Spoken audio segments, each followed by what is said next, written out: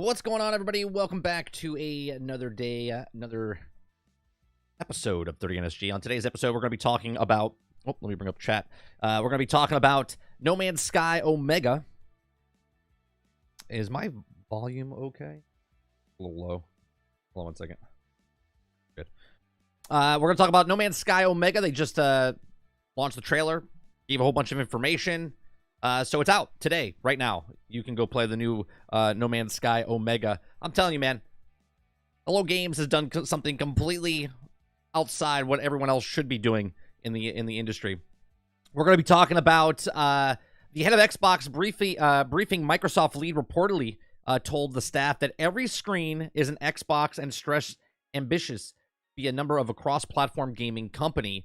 And they just did an update today for the Xbox app, where now the controls are all across your touchscreen. So I booted it up on my phone this morning, tested it out, started playing Suicide Squad on my phone with the touchpad, with the touch. A little difficult to start, but it's there, and it's actually pretty damn good. We're going to talk about Embracer, or Embracive, I like to call them. Canceled 29 unannounced games between July and December. And we're going to talk a little bit about the Microsoft Xbox February update is starting to roll out for people. And we'll talk about Pal World for a little bit, because the community manager came out and said something pretty funny. So we'll read that as well. Obviously, we won't be live for the Xbox podcast that comes out at 3 p.m. this afternoon, but we will be live tonight for the Generation X Gaming podcast. Join me and Kingard this evening at 8 p.m. as we go over a few of the top stories of the past week, and we rant along the way. Other than that, make sure you hit that like button, hit that subscribe button. If you'd like to go above and beyond that, become a member as little as $5. We're here Monday through Thursday, reading news stories, having conversations with chat. So if you like that, make sure you hit that like button, subscribe, and all the other things. All right, what's going on, chat? I like how you guys are already in the morning. I'm like, oh boy, a lot of misinformation. Well, not misinformation, but a lot of stuff like what's going on. You guys are talking about the X-Men 97 trailer that just popped off. This is a continuation. Those of you that are like lost, this is not they're not like republishing or advertising for the Deadpool movie. This is literally a show they've been talking about for 3 years, about the X-Men animated series that they were coming back out with, which was a continuation from the animated series in 1997. It's the exact same voice actors that did the show originally, and they're back to reprise their roles as the X-Men. So that's coming out. Then we have obviously there's cross promotion, right? Because it's Marvel. Then we have the Fantastic Four, which is being set back in the 1960s. I don't really like the casting for Pedro Pascal as Reed Richards, but whatever. It is what it is. What else was said in here in chat? Robert Jones says the X-Men probably advertising because of Deadpool. No, they're advertising because it's a new show. What else did you guys say? There's something else you guys said. Oh, Z said the Fantastic Four during the last movies. They've connected all these things. Now, what's a little different now, it's going to be weird, Z, because the way they said everything's attached, that's what you have to run with, right? Now, obviously, because of the multiverse and whatnot, and the what if and everything else, and Doctor Strange Multiverse of Madness and Spider-Man, this takes place in the 60s, so they're going to set this up, and then whatever happens in this show, or this movie, I should say, basically will set the tone for what everything we watched, and you'll be like, oh, it makes sense now. You would hope, right?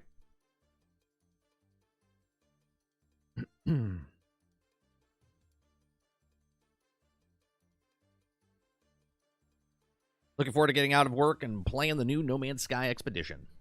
And we're going to go discuss that in just a second, all the updates they've done. They might go that route, Krebsy. I mean, down the road, they might go that route. Who knows? Rumor is Henry Cavill will be playing Doctor Doom. Interesting.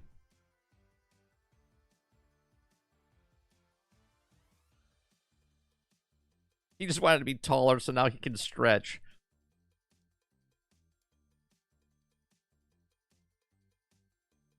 All right, so let's start off Let's start off this morning with No Man's Sky Omega. They had a tweet this morning, and then everyone's like, "Oh, it's coming!" And then all of a sudden it dropped.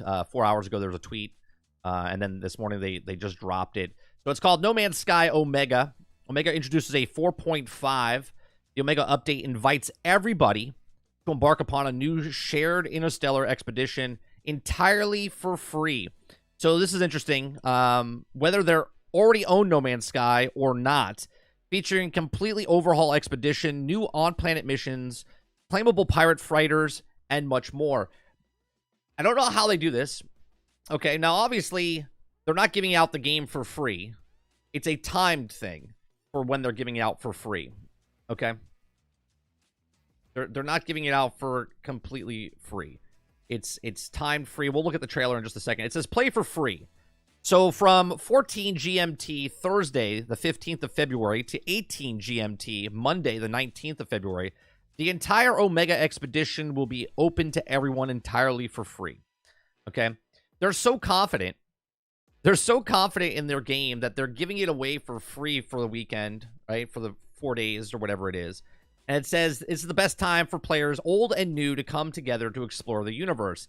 Find links down below to play for free within the No Man's Sky page, all major platforms. Okay? And here's a running theme for today. Okay? They're on PlayStation 4. They're on PlayStation 5. It's on Steam. It's on Xbox One. It's on Xbox Series S and X. It's on Game Pass. It's on the Mac. It's on the Switch, right? And there's even more purchasable options down here where you can get it in the digital form. You can get it in the physical form. It's everywhere, okay? It's even on GOG.com as well. Okay, it's literally any place that you can play the game. Hence why it's so successful. Because you don't need a PlayStation, you don't need an Xbox, you don't need a PC. You can literally play it where you want to play it. You can play it on your cell phone, you can play it on your TV set, you can play it. And this is a running theme, right? In VR as well, thank you. Okay, it's literally everywhere. Okay, so they keep updating. It says Starborn Runner. Slice through the space atmosphere alike. Ultra sleek Starborn Runner starship. A usual ship features a localized vector field allowing to hover above solid planets. Right? So, got a new ship. But what happened to this? Let's reload that. There we go. That's what the ship looks like.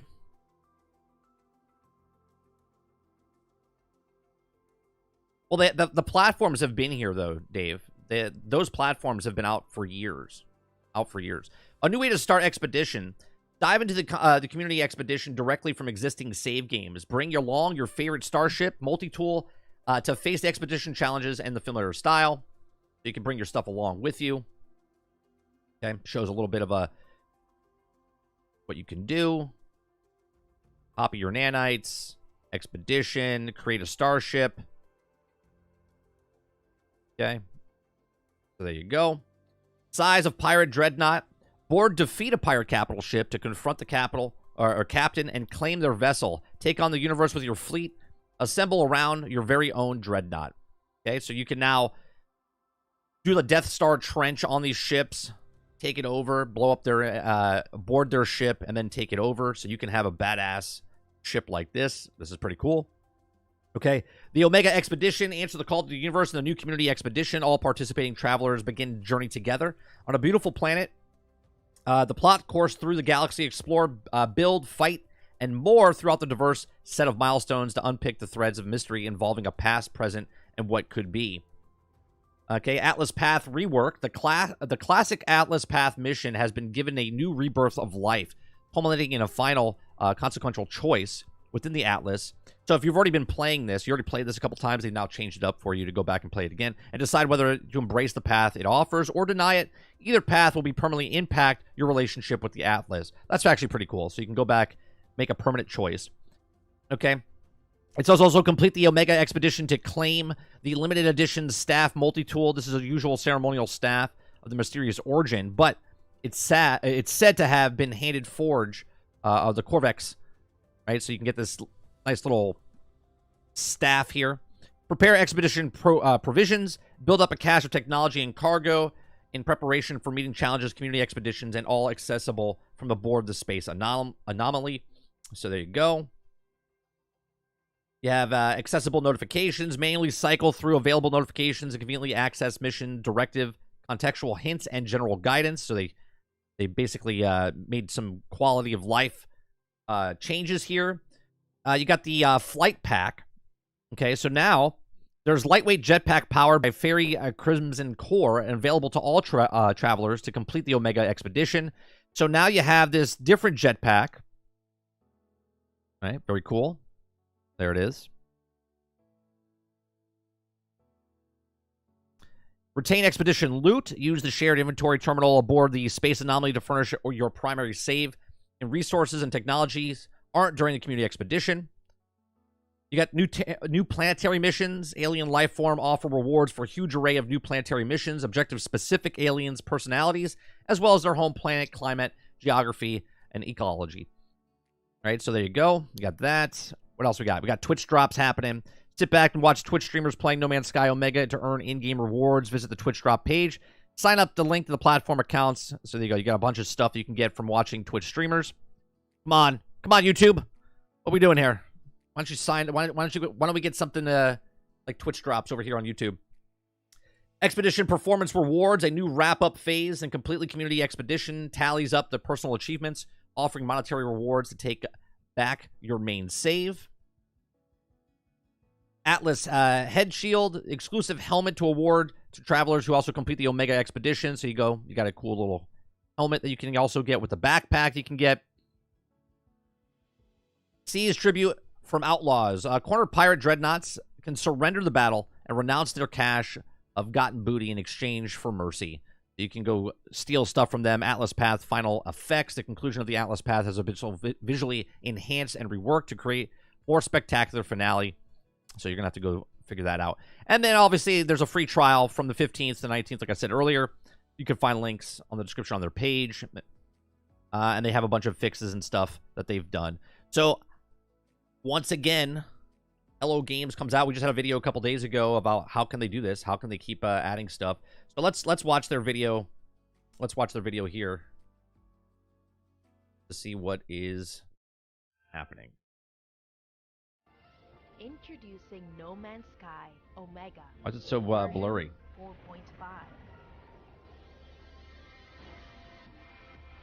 Omega allows the whole world to play together for free, whether they own No Man's Sky or not. Skim across worlds with a unique new starship. The Omega Expedition challenges all players to work together across the universe. The Atlas Path has been revisited, and travelers can honor it with a new staff and armor. You can see visually they changed a couple things, right? I haven't played in a while, but that floating ship in the atmosphere there, that's pretty cool. New planetary missions are now specific to NPC's locale, climate, and personality. Defeat pirate freighters in combat and board them to demand control. The new expedition system allows players to bring provisions with them and return with rewards. Our journey continues. So they got more to add, right? It literally said at the end there, it said more, right? They'll even announce more. And there was also a tweet this morning, which I thought was pretty interesting, where he has the... let me find it real fast. He had a tweet this morning.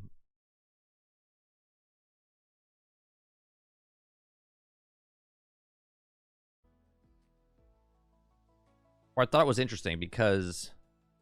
where is it?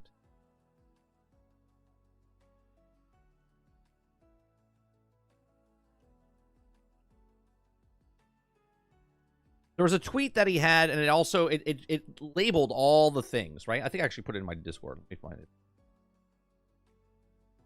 No, I don't know. I can't find it now. But anyway, he put a list of all the expansions that happened throughout the time.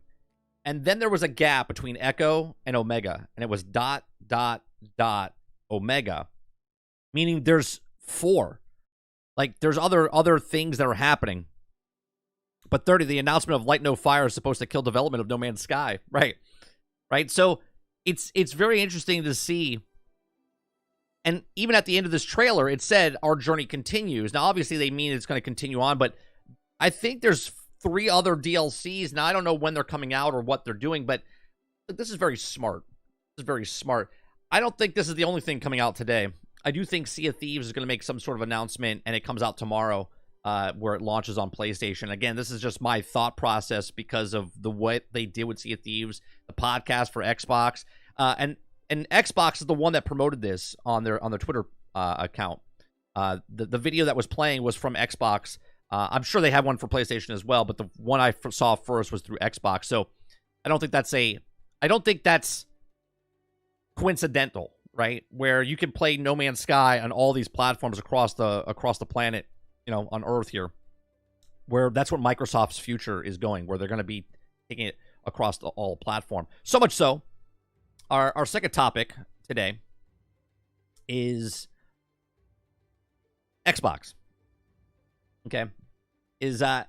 Briefing Microsoft lead reportedly told the staff every screen is an Xbox and stressed the ambitiousness of the #1 cross-platform gaming company, right? Now, again, that's what we'll be covering in just a second, but that's what's happening, right? And I don't think it's by convenience or coincidence that they did No Man's Sky, and you could play for free, and you could play on any platform across again, and No Man's Sky has nothing to do with Microsoft because they're not teamed up with Microsoft.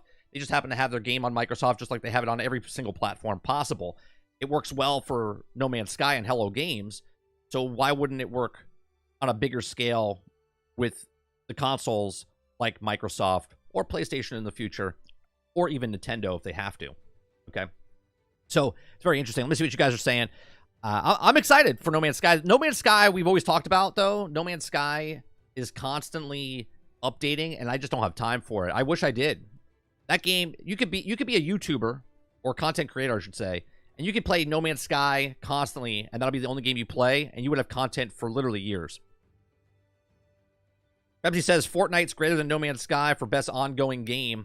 Well, technically, Cyberpunk is the best ongoing game, Krebsy. So you gotta change that Fortnite one. Too bad we didn't get the new space stations with this update. I think that is coming, Dave. I just think they didn't do it with this Omega one, right? I think this is like part 1 of the Omega. What time is the Xbox thing? It's at 3 o'clock today. 3 o'clock.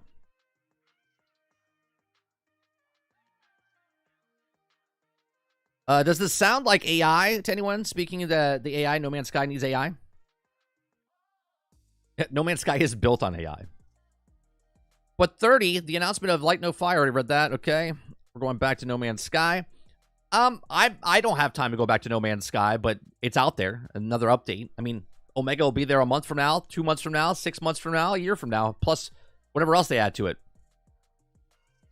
We might do a stream. But doing a stream of No Man's Sky is like not even breaking the surface of what you want to do. Said this yesterday, Sea of Thieves could bleed skull and bones of players, but in my opinion, releasing 2 months would get them more eyes and money. I don't think they need more eyes and money. Sea of Thieves is going to be there, and when it comes onto the platform, people will just play it. It's out for 5 years now, Krebsy. I have 2,500 hours in No Man's Sky, and I have not even played the last few updates. That's my point, Dave. It takes so much time. Every time I go back, I can't do it. Right? I get in, I'm like, all right, I'm going to work on this. I'll play for 4 hours, and I barely scratch the surface of seeing anything that's part of the new stuff.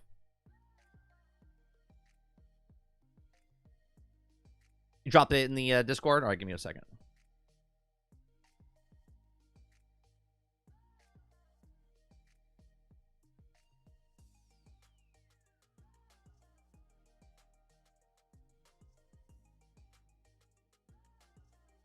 No, that's not what I'm looking for. Oh, that's it. Thank you. Yeah. So this is the one I saw, right, where it has a ... Yeah. Appreciate it. Right. So this is the one where you see all the updates they've done. right? And usually like Omega would be right here, right? But between Echoes and Omega, there's 3 spots, and that's not done by accident, like ...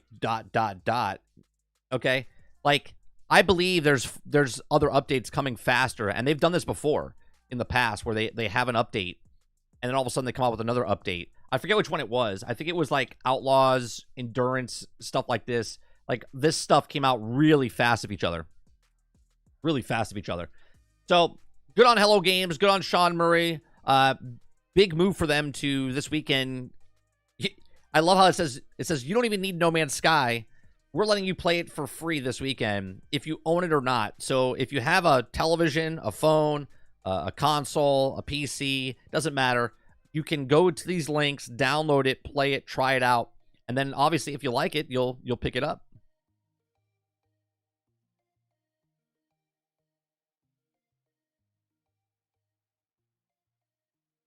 In my opinion, Sea of Thieves has been the same since launch, with one actual different update of Pirates of the Caribbean. Ramsey, that's so false. Sea of Thieves is a completely different game than it was since launch.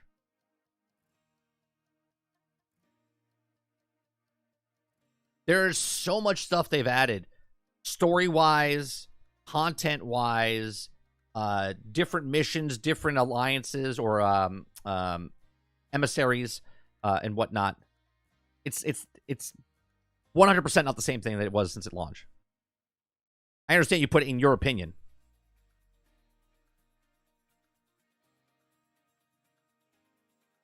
Yeah, No Man's Sky is absolutely too grindy. This is why I just typically stick to a single player games in days I just don't have time. Right, but is that a bad thing to have or a good thing to have for No Man's Sky or any game in particular? It's funny how all the indie studios are crushing it with their games right now. Hello Games, Arrowhead, Pocket Pair, Larian Studios. Well, when an independent company comes out or a small indie dev comes out, there's no expectations. When you put that AAA studio behind it, that's when people have expectations. There's no expectations from an indie developer.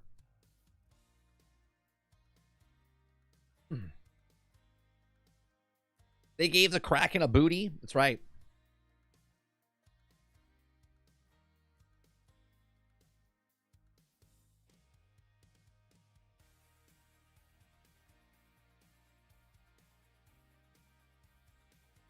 You set up a game.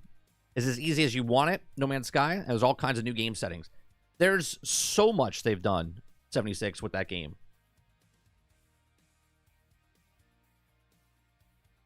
No, it's not even grindy like that, House. I don't think that's what Dave's talking about. It's not grindy in the way of like getting resources and stuff like that. There's just so much to do. So much to do. It's a really hard balance. Like if you just get into No Man's Sky today, there's so much to do, it's kind of overwhelming. But at the same time, you can just do what you want and kind of slowly peel back the layers.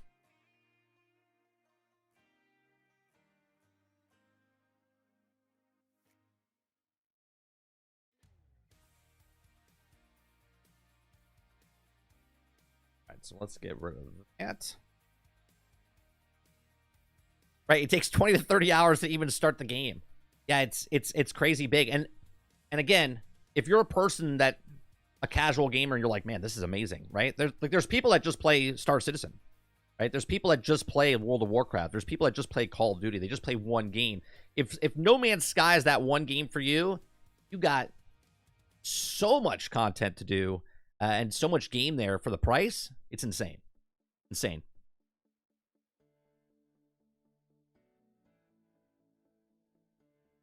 Lanker says, also, No Man's Skies does not hold your hand. So, if you just drop into the new player, it can be overwhelming. 100%. 100%.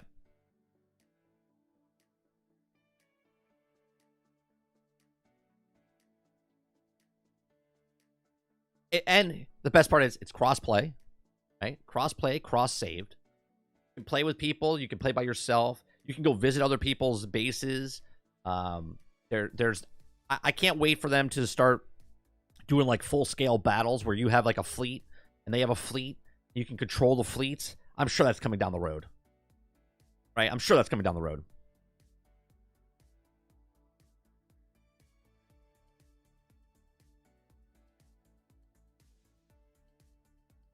All right, let's go to the second story here. Second story. Ahead of Xbox briefing, okay, Microsoft lead reportedly told staff every screen is an Xbox and stressed ambitious to be the #1 cross-platform gaming company. Now, internal Xbox meeting continue to generate headlines as a new report even suggests that Microsoft's gaming division aims to make every screen an Xbox. Surprise! No one from this show, okay?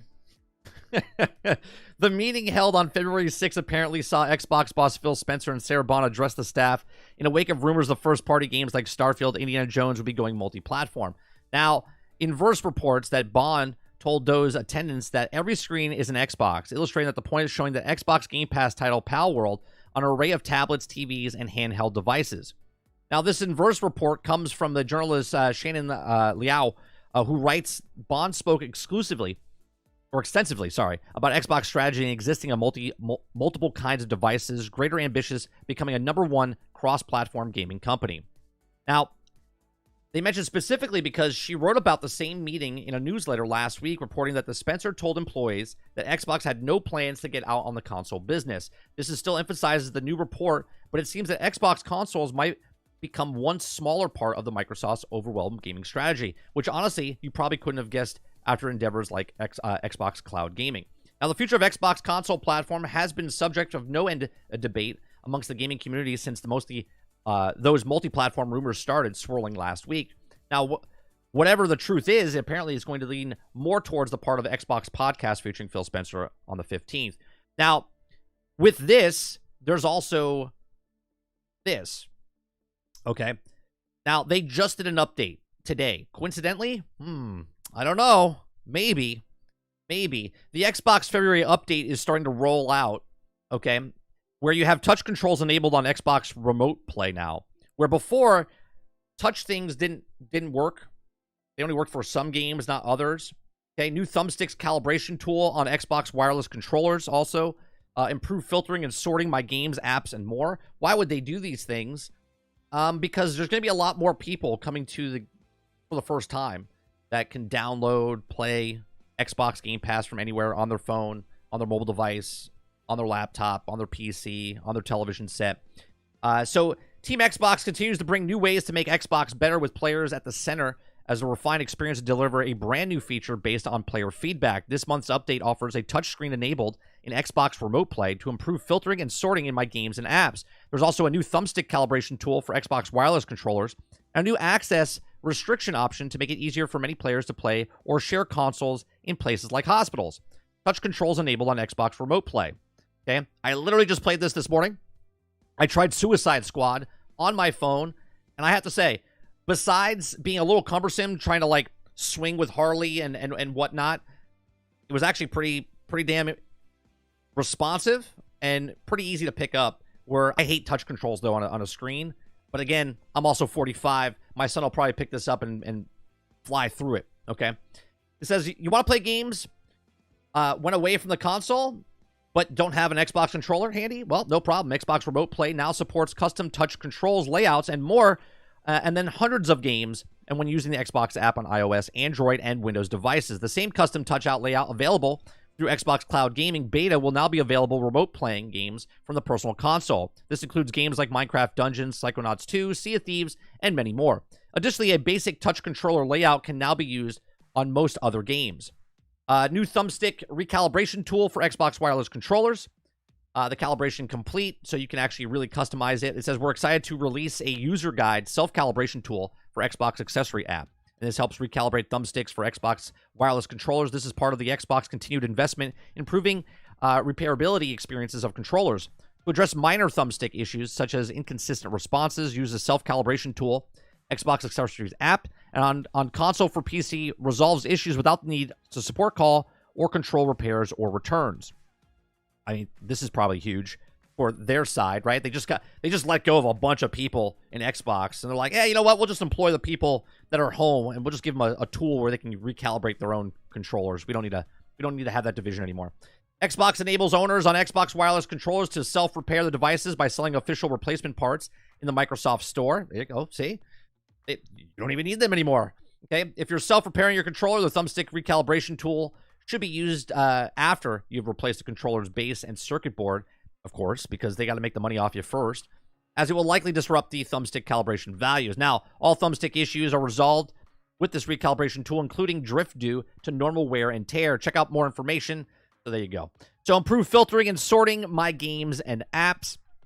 We've added a few filters and sorts of my games apps to help find exactly what you're looking at Xbox. You can now filter games by accessibility, support languages, technical features. For example, if you want to see which games are touch-enabled or remote play, you can filter your technical features, touch-enable, and find your next game to play. Additionally, subscription tabs is also the full library, and you have updated a sort of recently added, making it easier to see the subscriptions like Xbox Game Pass, EA Play. You can also adjust the sorting to find games to play in your library. You just need to head to My Games app, full library, and also find new filtering and sorting options. You got automatic profile sign out. New access restrictions options also created to make it easier for play share console in places like hospitals. Some children's hospitals have programmed to provide consoles that can also wheel into the patient's room and give them time to play and the connection with friends. The new option makes it easier for players' profiles to be deleted when they sign out, and this removes the need to check in patients to have sign out of the console. Again, they're making it super easy to have people play wherever. Like, literally, you're like, I'm in the hospital. I'm sick.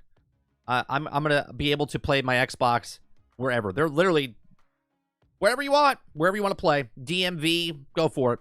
Help shape the future of Xbox. It says, stay tuned for Xbox Wired future updates and also the latest, greatest Xbox-related news. For support-related Xbox updates, the official. So there you go.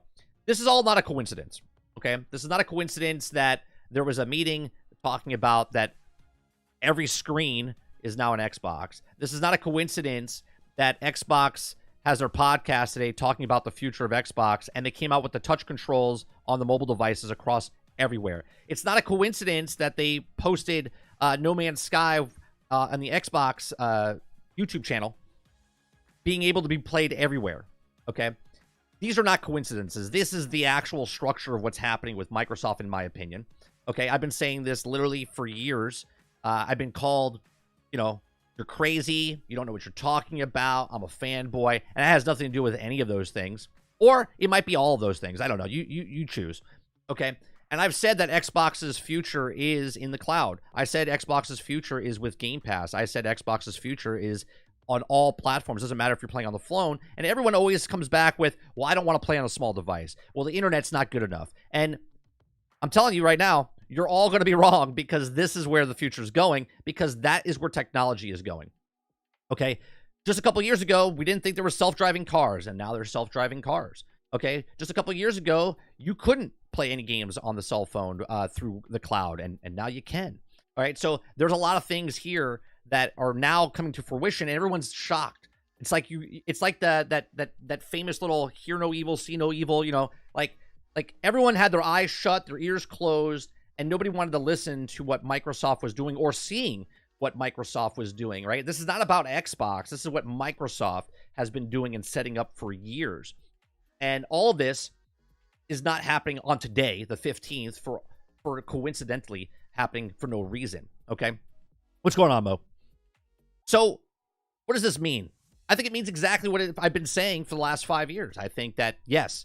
Do I think that their first-party titles will come to other platforms? Sure. I still think there'll be day and date on Game Pass. I still think there'll be day and date for brand new first-party titles. Okay. Do I think Starfield's going to go over to PlayStation 5? I do. I don't think it's coming out tomorrow. I don't think it's coming out in 5 months. I think it's 1 year after, so 6 more months, 7 more months. I think at the 1 year mark, they go, hey, you know what? Now Starfield's on PlayStation 5. Sea of Thieves has been on the platform for 5 years, so if they move that over to PlayStation 5 tomorrow, no big deal, because they already have the saturation of the player base that plays on PC, that plays on Xbox. They've been there. They've made these changes to Sea of Thieves, not because it's the next season. They've made these changes to Sea of Thieves because of the brand new players that are going to be coming in, and they don't want the same you know, people get lost when they come in, like, what do I do? How do I sail? They made it super easy to just pick a mission, go to the island, grab the stuff, and if you get killed or your stuff stolen, you're still getting small reputation amounts to help the player learn the ways of Sea of Thieves. This is by far a smart move by Rare, a smart move by Microsoft.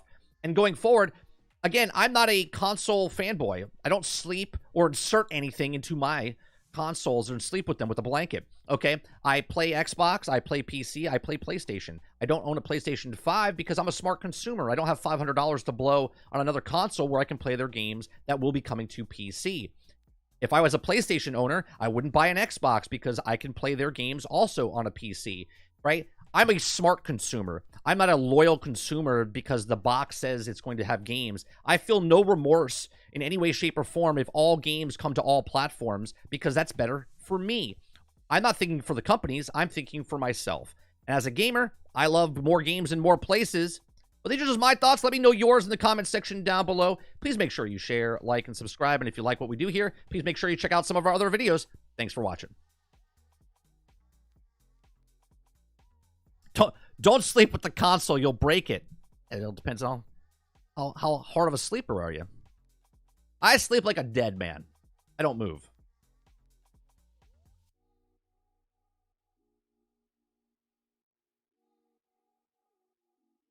Roadkill says, hey, what's going on, 30?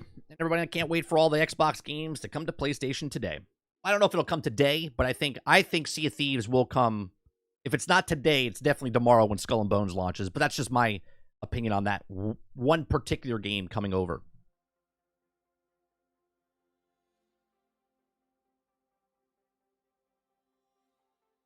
The touchscreen, they've been working on that for a while. Sure, Mo, but do you think it's convenient that it's coming out today? It just so happens to come out today when they're saying that all devices are Xboxes. Xbox strategy in 12 months exclusively on Game Pass, selling on Nintendo and Sony to double up the money. Absolutely, Barry. Do you think they will also be vague and get right to the point today? I think they'll be corporate talk because that's what they do.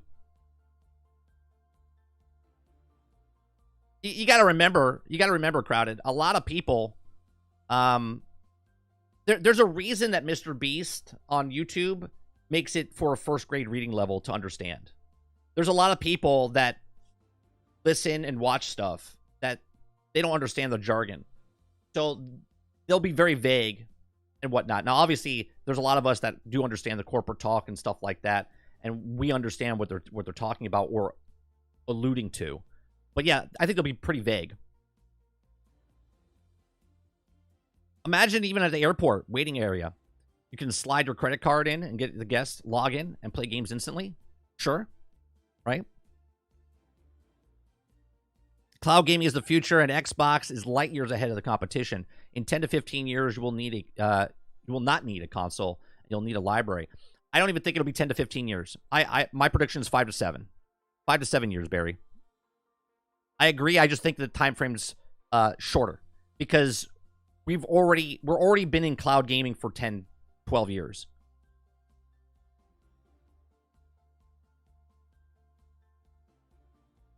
Right? There was what was that one that Live? Is that what it was called? I forget if it was called Live. That was out. That was cloud gaming back in the day, right? Then you had Google Stadia.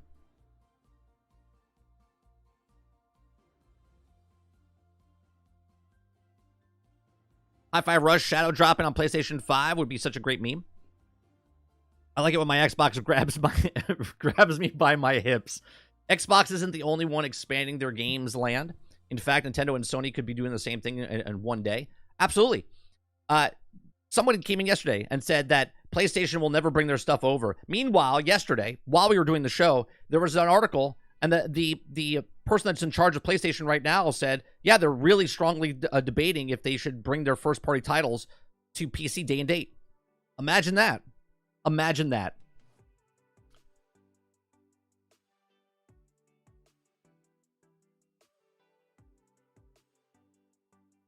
They would like that, wouldn't they? Slide my credit card nice and slow. Oh wait, let me read that again. They would like that, wouldn't they? Slide my credit card in nice and that box. That's right. That's right. Looks like they have a PC only guide 5 to 7 years. Running native is the way. You know what I can't stand these days is how they are forcing us to use our internet T-Power cable to power up cable TV. Hi-Fi Rush and Impediment are the perfect games for the Switch. I think they are too.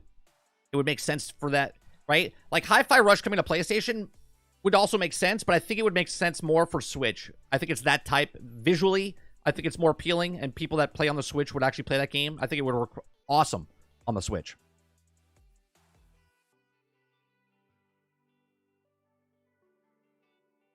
I think they should 100% bring all their VR games to Steam day and date.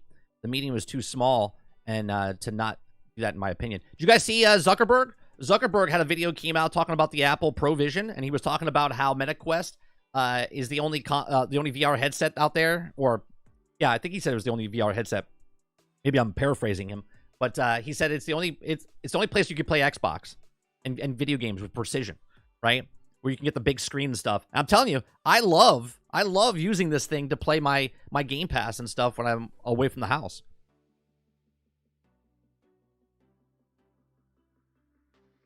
Aren't there rumors about Spider-Man 3 releasing day and date on PC? Of course, there's always rumors. I mean, I could say it, right? Hey, I heard Spider-Man 3 was coming, and I heard they're going to charge $100 for it. You know what I mean? Anyone can say and rumors, sure. Spider-Man 3 is not even in development yet. Maybe in another couple of months, they'll start development of it. I mean, maybe pre-production. I don't think there's any code going down yet for that. I can see Indiana Jones going day one on PlayStation. Can you? I don't think it will. I don't think it has to. Let me put it that way.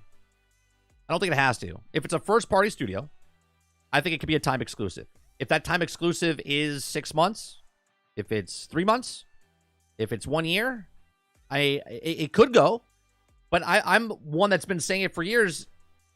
Everyone is case by case. Why is it,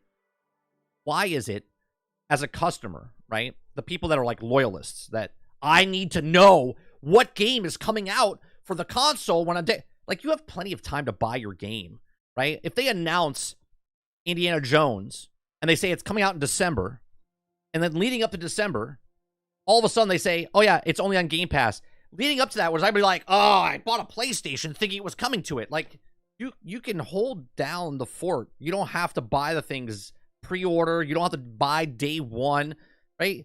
You don't need to know anything, right? Well, what am I, as a customer, I need to know. Is it coming? I bought your Xbox for it.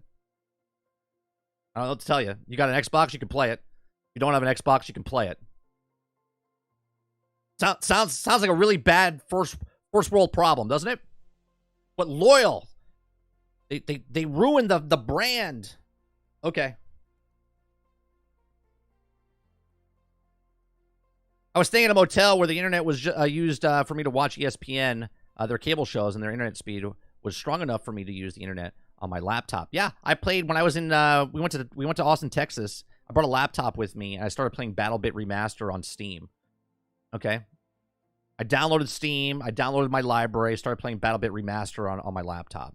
Okay, I've also taken my headset, my MetaQuest, before the app was out, and I would play Remote Play. Okay, through there. Now it's their app is actually on there. It's built in. Right? And I'm playing. Everyone's like, well, you can't play multiplayer games. That's all right. I don't have any friends, and I usually play single-player games when I'm traveling.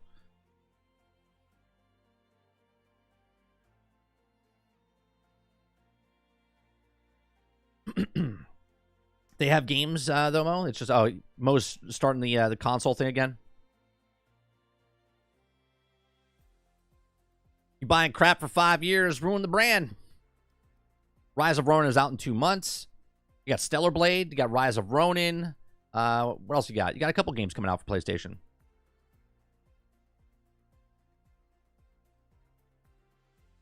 Stellar Booty.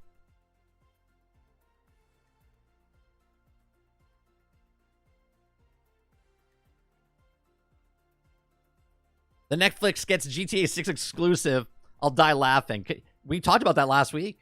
Was that last week or this week? It was last week, right? We talked about that. I said, can you imagine if Netflix buys time exclusive for just 1 month? 1 month on Netflix. You don't think it's going to make a lot of money? People are like, I'll just wait. Yeah, but you know how many people wouldn't? Because it's the latest, greatest, newest game.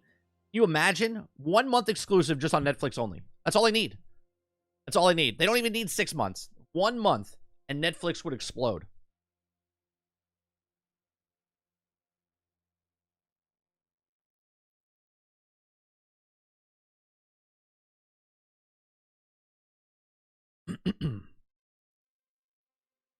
Only if we have Matt Booty DLC.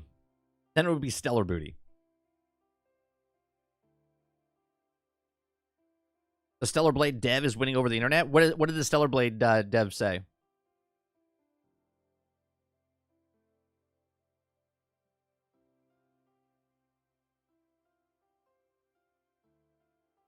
Rumor is that GTA 6 is being optimized for PlayStation 5, so it's releasing on Netflix first is less likely than already unlikely situation.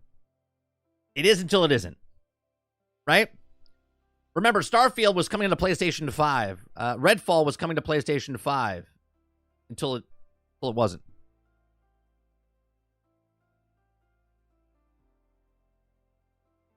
Money talks, bullshit walks. Just remember that.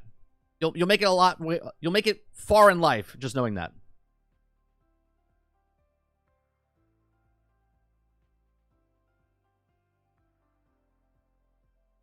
Or purposely wants to make the main character have a nice body so players enjoying it, looking at her.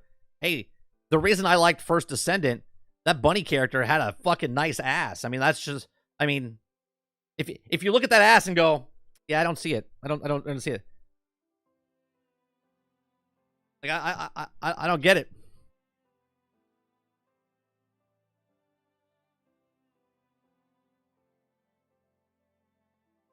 What time is the show today? 3 o'clock. 3 o'clock.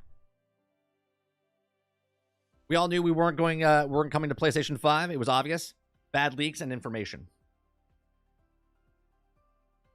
This is why I play female characters. Yeah, most of the time, right? When you play games, you're like, oh yeah, I'm gonna make an attractive girl if I'm looking at it. Why not? But even if I do or don't, how does that bother anybody? Right? Majority of people, 99.9% of the people that play video games in the world, don't stream it. They're just sitting in their house playing a game that they want to annoy that they don't want to be annoyed. Right? They just sitting on their television set or their computer screen or their mobile phone are like, yeah, that's an attractive character.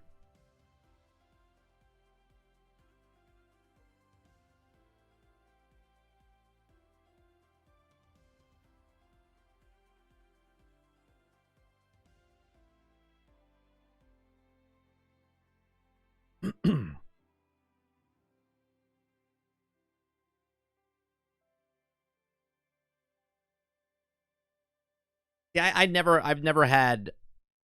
been a brand loyalist ever on anything. Right?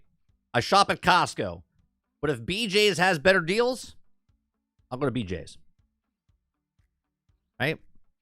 I'll shop at Target. There's a sale going on at Walmart, I'll go to Walmart. There's a barbecue place I love. There's another barbecue place I love. Right?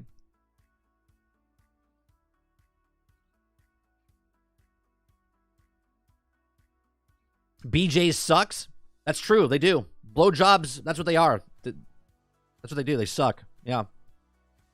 Those are facts, Mo.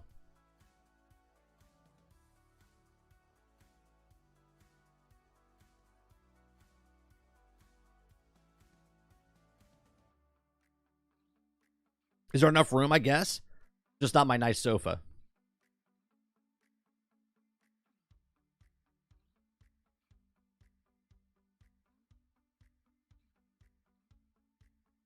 See, I live in an area where they're all around me. So it doesn't matter what store I shop at. Right? Video games the same way. When I was a kid, we had an Atari, we had a Nintendo, we had an Apple IIc. Okay? We played games on the PC. We played games on the Nintendo. We played games on the Atari. Then Sega Genesis came out, and then we got the Sega Genesis. And I played games on the Sega Genesis. I played Nintendo. I played PC. Doesn't matter. My whole life has always been wherever the games that I want to play and I have the system, I'll play it. There was a time period where PlayStation 2 was the majority of what I played, right? Because they had the games that I wanted to play. Then Xbox came in. I was like, oh, I want to play Halo. Oh, I want to play Gears.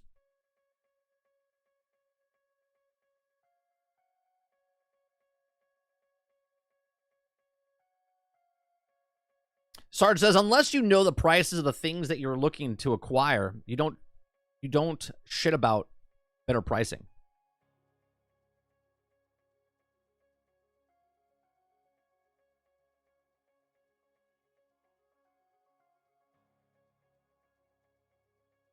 I played Nintendo, only played other systems at friends' or families' houses. But is that a choice when you were a kid, Mo? Or was that financial reasons? You know what I mean? I mean, I totally get it. Right? When you're a kid, literally you have no choice. You can ask, be like, hey, Dad, Mom, can I get a Nintendo?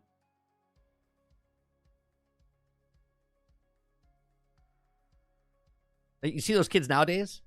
Like, this is not the right console I asked for. I'd be like, you little shit. You know how many overtime shifts I had to take for you to get that thing?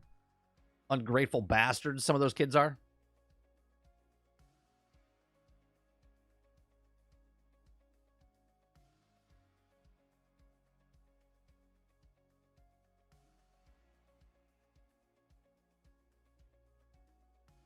I mean, currently all I have is a PlayStation 5 because it's exclusives. But financially it makes sense just to have one because you don't have a lot of game time now.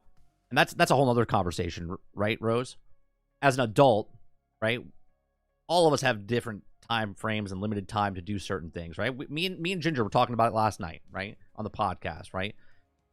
How does he find time with the amount of kids that he has to be a game developer, be a content creator, to be a father, to be a comedian, right? To do all that stuff, right? He's got the same amount of time that everybody else has. 24 hours in a day. He says he gets up at 4:30 in the morning, right? You've got to do things to make things work.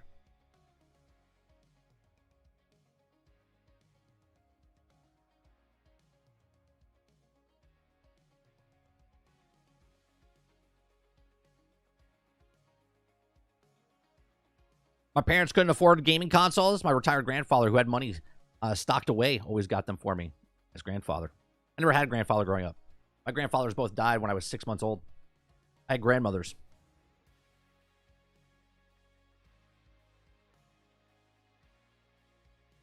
Easy. Clone yourself. Yeah. Easy. Easy.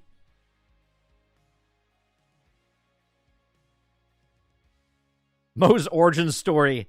Gears turned my blood from red to green.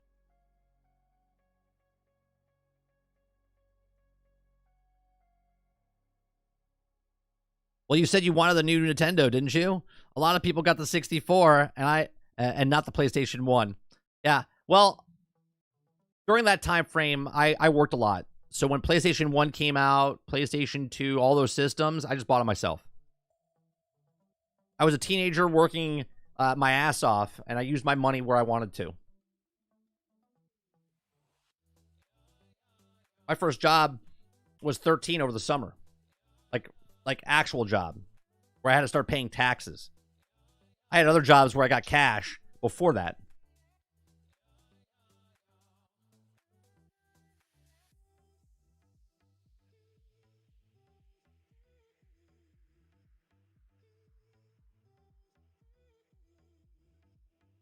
You know, Crowded. I'm a little worried. They came out with a post yesterday saying we're not dismissing the stuff that's happening in the game, but there's a completely different team working on the server than what the patches they made. But I'll tell you what, it's starting, and I mean this straight up. Okay, I like Suicide Squad, right? I like Marvel's Avengers too, but they're making similar mistakes. Not the exact same mistakes, but they're making similar mistakes right now. 2 weeks in, going 3 weeks in. They're almost the exact same spot, right? Server issues happening with Suicide Squads. Server issues happen with Marvel's Avengers. The store got updated, right? So I can't connect. I did play yesterday after we got off stream. I played with Mr. Luke yesterday in the afternoon. We played for about an hour. We got disconnected once, but it was pretty good. It was solid connection while we were playing. He's over in the UK when we were playing, so it actually was pretty good. Now, I don't know if the problems that caused... I said that the problems were caused by the Gizmo exploit that was happening, which they fixed. Okay? But, yeah, they're making the same mistakes. That store got updated yesterday, but yet people still can't connect to the servers. Right? So I don't want to say it's a Marvel's Avengers all over again, but it's starting to show a little bit. So hopefully they get that, they nip that in the bud and fix it real fast, especially before Season 1. Because if Season 1 comes in, there's still the same issues, that's going to be hard. That's going to be rough.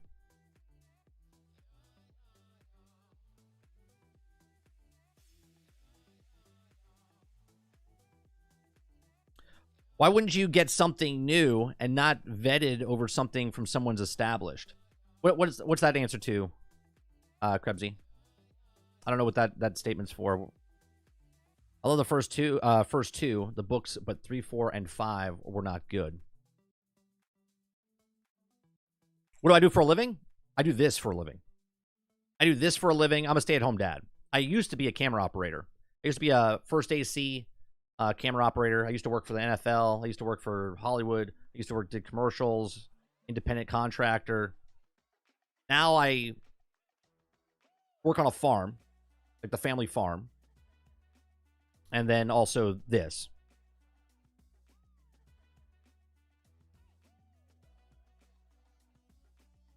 Hence why I do the show for 2 hours.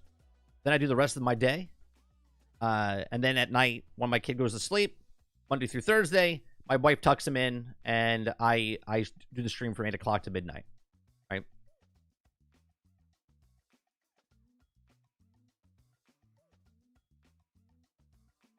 That's why when I'm done tonight, Thursday night podcast, after that, Friday, Saturday, Sunday, that's for my family.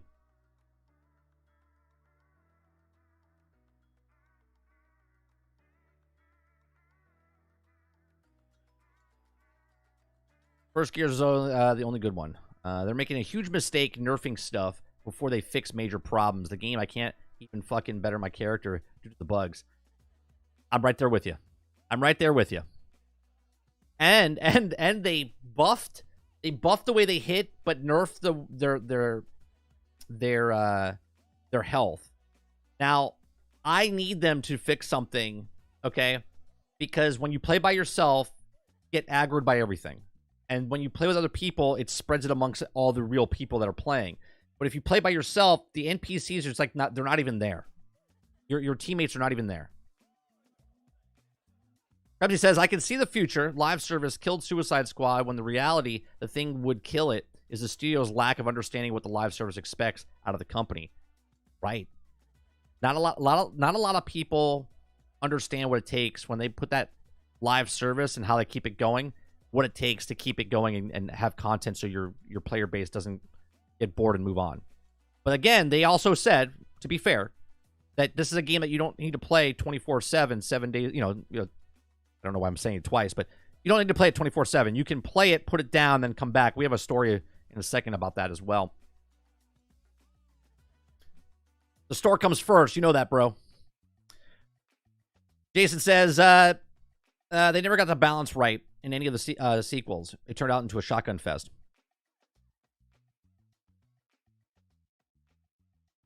Now he puts up with the BS in a few hours a day. That's it. N64 got more people than PlayStation 1. I'd rather go with Nintendo since they have NES, etc. over Sony's PlayStation 1 was their first console. Right. Oh, I see what you're saying. Right. The proving factor was PlayStation 1 was their first market, like the Xbox came in, right? And then when PlayStation 2 came out, people saw what PlayStation 1 was like, and they're like, dude. And they stepped it up. Right? You gotta build that You got to build that clientele up. You gotta get the goodwill.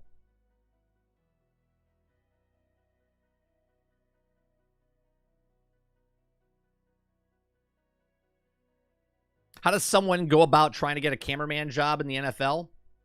Well, I wasn't the cameraman. I was the loader. I used to work for, at the time, it was HBO, and then they moved over to Showtime. I did the high-speed 16mm film, so I was a loader. So there was 3 camera guys on the field, and then there was a runner between me and them, and my hand would be in a tent basically the entire time. So I would be on the sidelines, and I would watch the whole game, and I would sit there and I would load, 16mm film into the cameras. So when you see the Showtime show, I don't know where it is now, and inside the NFL, where you like, and Joe Montana, and they do the slow motion and they throw the ball, and that's where I was the loader for that. How do you go about getting that job? Well, you have to get jobs, prove yourself that you're actually good at what you do. Someone has to call out, get sick, retire, or die, and then you get that position. And then when you do your job well, because I was in the Florida area and I live in the central part, I would get called for the Buccaneer games, I would get called for the Jacksonville Jaguar games, and I would get called for the Dolphin games. And I would travel down to Miami, okay? And then I would travel to Jacksonville, and I would travel to Tampa. And so I was pretty busy because there's always a home game somewhere in the state. They pay for my travel, they pay for my meals, and I get a full day's pay on top of that. So it was very well. But you gotta make connections. You gotta work hard.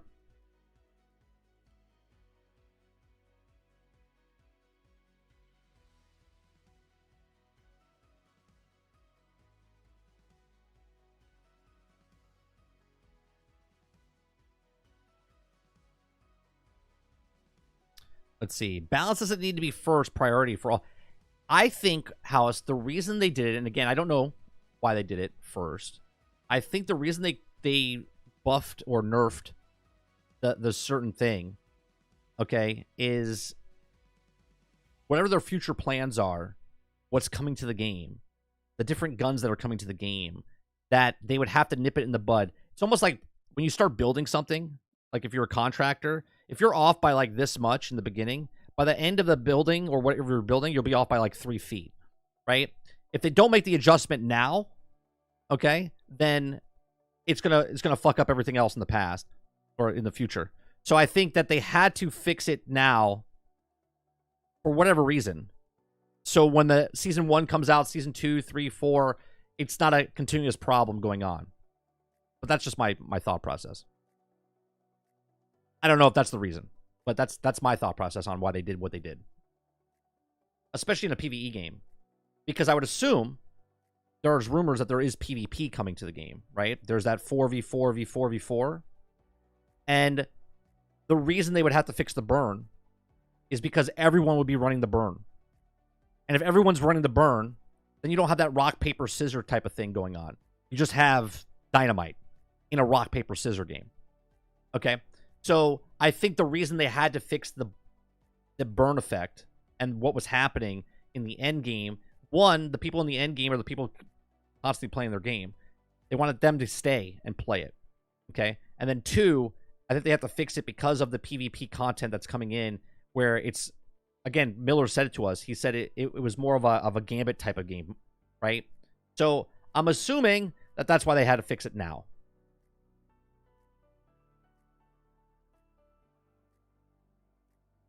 Balance in PvE could be priority to live service games so players can blow through content quicker than the devs expected. No, I don't think that's why they fixed it. I don't think that's why they fixed it. It could be, but I don't think that's why they fixed it. Also, when playing a game, you're playing the experience that the company wants. If something doesn't fit the company's vision, they adjust it to bring it in line. I think that's more solid, which could be added to what you're saying, Krebsy, from before, where you're saying the prioritized live service games, players don't blow through the content. But I think the reason they made adjustments is because of what's coming in season 1 or 2. From what I saw in Gears 5 story, Kate seemed like a terrible lead character. It was actually pretty good. We played it on stream. The last Gears game was actually pretty neat.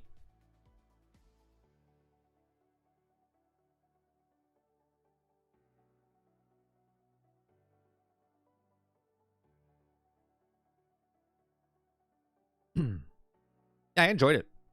I like the open sections. I thought the open sections, though, were God of War-esque, where they could have done more with it. But it was cool traveling around the open section of the map and whatnot. But dude, there's already a low player base.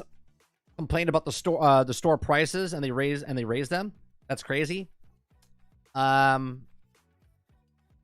I don't know the reason they would do something like that, House. The only reason I can think of is that they underperformed what they wanted in the start, and to counter that, they raised the prices because the amount of people that are purchasing certain things, they're testing the waters. Because if these people are buying it, maybe they'll buy this as well. Which, if we had 1 million people spend $1, or if we had 500,000 people spend $5, you know what I mean? Like, do they cover the cost of the people that are not spending money? You know, this is the world we live in today. I did, Jason. Yeah, I saw the $65 mount. Man, we've come a long way since the horse armor from back in the day, huh?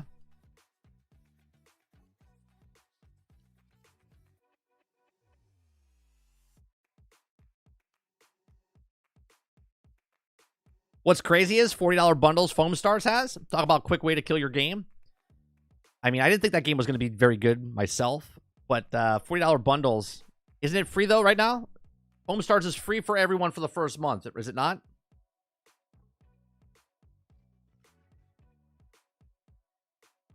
Make a problem, $40 bundle, and then sell the solution, which is game is free for the first month.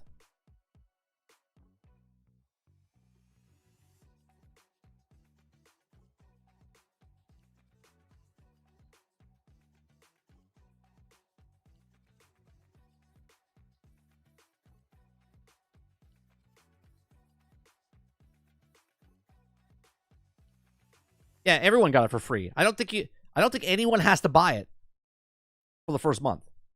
They want people to download it so they can get people into the world and then spend. Hey, I got it for free. I'll spend $40 on the cosmetic, whatever. Right? That's what they want. If 1 million people downloaded Foam Stars and played it, and 100,000 people bought a $40 microtransaction, that's a win. That's a win.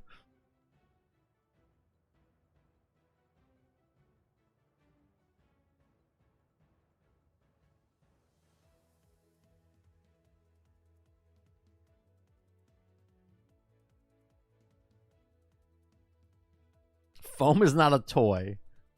And now you know. I have... Wait a minute. Hold on. Now we know. And knowing is half the battle.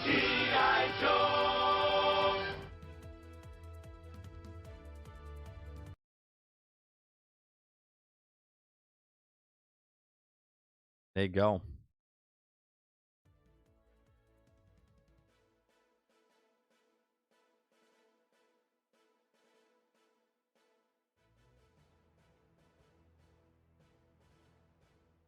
It's a low effort cash grab. Let's not beat around the bush. You're absolutely right. Exactly why they do what they do.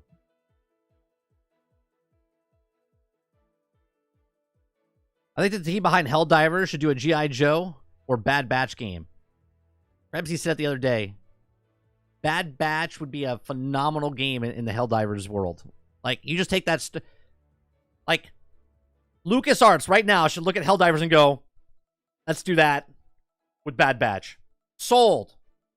Sold. But then they'll be like, but let's do the microtransactions not like they're doing. I had so much fun last night with Helldivers. I did all solo missions. Okay? I did all solo missions last night. I did an easy mode. I did what the guy told us yesterday to do, right? I went on easy mode. And let me tell you, easy mode is not so easy. Okay? I did some egg missions last night. And holy Christ, man. It was intense. Intense.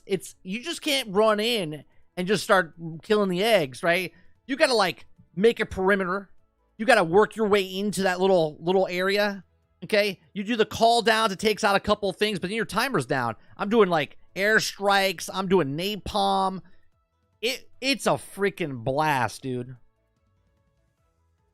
Freaking blast. Paul, I felt so bad when I blew us up. You're up next to me. We just did like I saved your life. We just did like the dap, like, hey man, I got your back. We run up on top of the rock. I got a grenade. You kill the last guy, and I'm like, hey, how do I put this away? And then I was like, oh shit. Oh man. It was at this moment he knew, yeah. It was fantastic.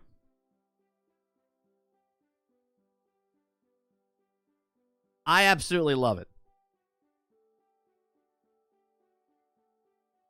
Imagine a Jurassic Park crossover instead of bugs with raptors and T-Rexes.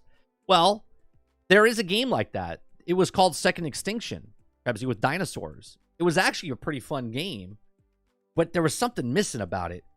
Helldivers captures it, man. Helldivers captures it.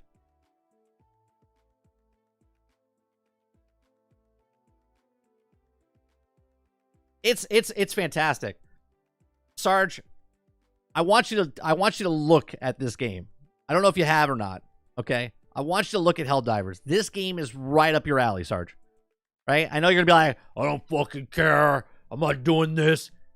You would love this game. Just like I introduced Hell Let Loose to you, you will love Helldivers, Sarge. This game is so freaking good.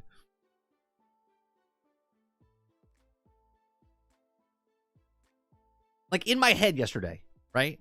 In my head yesterday, I was like, a one-man army.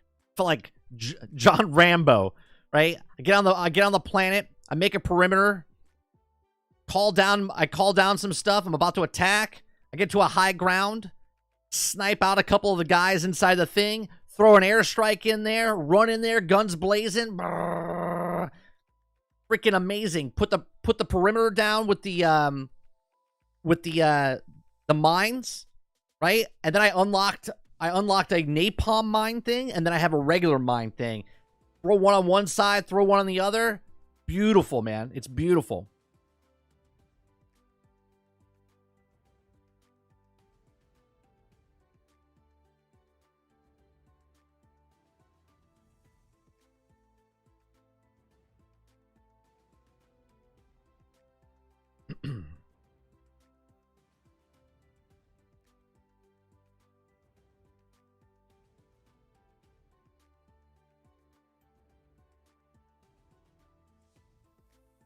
You gotta speak English in my channel, right? I just translated what you said, and I'm gonna read it. Okay, that Russian guy built a football field on my ocean planet. We arrived to play football. We have teams, spectators, and judges. Yesterday we played with China. The score was 2-2, a draw. It was a lot of fun. I'm assuming you're talking about No Man's Sky. I'm assuming you're talking about No Man's Sky.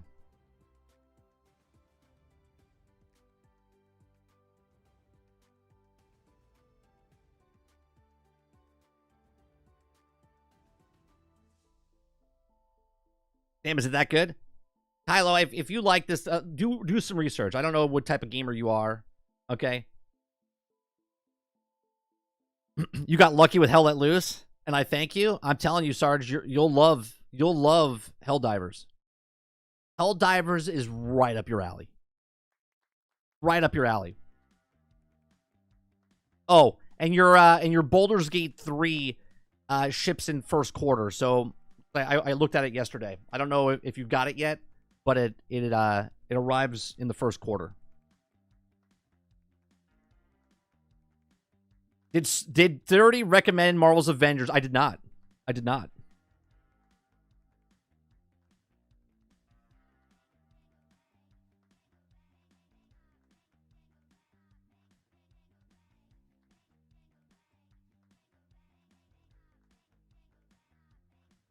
It's worth 70 in my opinion. It's also fun to go to bed thinking about the game. Oh, Helldivers, Rose?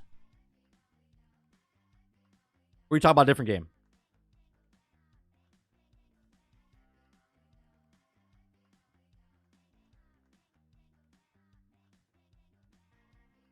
Democracy needs you, Sarge.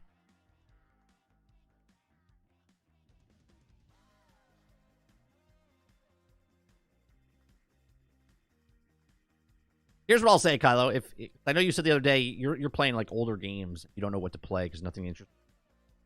But like it's a hard game solo, and it might rub you the wrong way if you're not a solo player. I kind of like I like playing solo, but I'm not playing on like a super hard difficulty yet. I'm playing like easy because I'm trying to get my levels up so I can unlock the backpack and whatnot.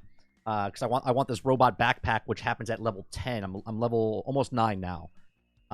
So it all depends on what type of player you are. I think it's a fantastic game. It's a lot of fun with multiplayer. I was having a blast the other night when we were playing with Paul and the Papa. Now, I'm playing on PC, and I haven't had an issue yet with like finding matches or servers or anything like that. I know a lot of people are. So you might want to wait and hold off until that gets fixed, because it is a known issue.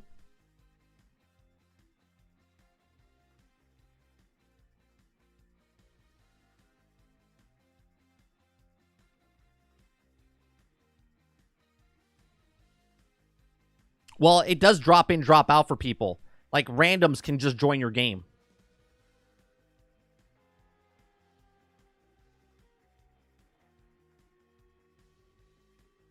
Helldivers could just do a crossover with Sony IP. Put the Fallen from Destiny. The Clickers from Last of Us. Mythology Creatures from God of War. That game. And here's the problem that I feel. You just saying that, Krebsy. I see a slew of games coming out in 2-3 years that are going to be like Helldivers.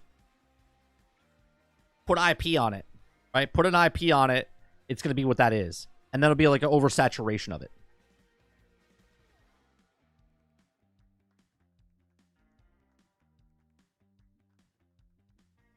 Democracy needs to be in the real world. Sometimes I just stare at the space and watch the time and other players dropping down. It's cool. It's cool. We're definitely putting that in the rotation. Okay? So as Suicide Squads gets their shit together, obviously we're going to jump back into that. I'm still playing it. I played it yesterday. But we're slowly leveling up that. Season 1's going to come out. I'm still trying to get the weapons that I want in Suicide Squads. I want to play some Division 2 with Sarge because the update came out. So we can wait a couple weeks to do a couple things there. And then I want to play Helldivers.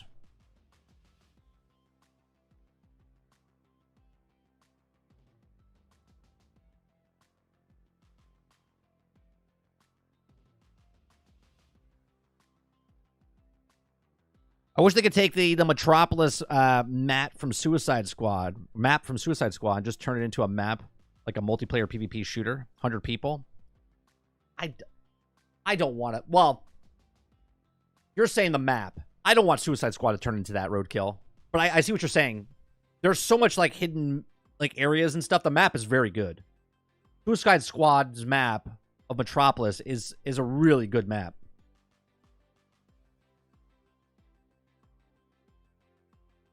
So right now, I'm on page 3 or 4 in Helldivers. I kind of like that. I kind of like the method they have, because I'm averaging about 5 or 6 medals. Because like yesterday, I played for 2 hours. I would drop in, do the main mission, pick up any kind of like as I'm running to that. If I happen to find something, I would pick it up, and then I would just extract right away. And I made a lot of medals from that. So much so that I unlocked like 30 levels in the next page. There's no story in Helldivers. Oh, it's literally, the story is like you're an army trying to rid the world of bad guys. That's basically it.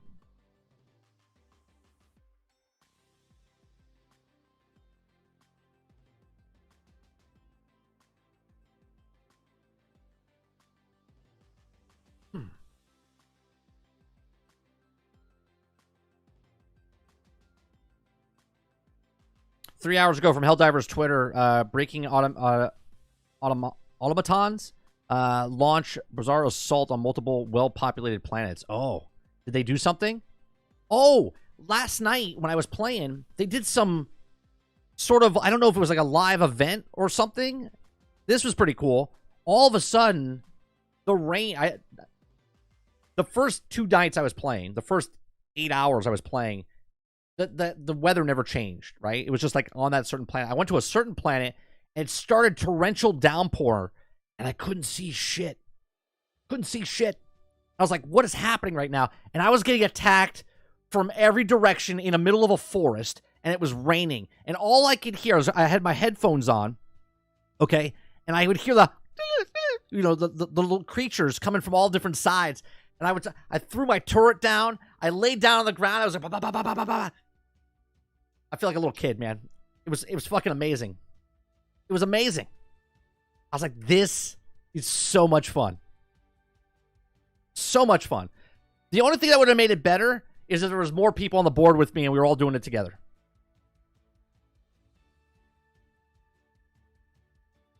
I was on the ground, my turret's up there, blowing people away. I'm throwing grenades down the ground. Ah, so good. You know what? I'm done. I'm going to go play. No, I'm kidding. Let's talk about the next story. We'll talk about the next story.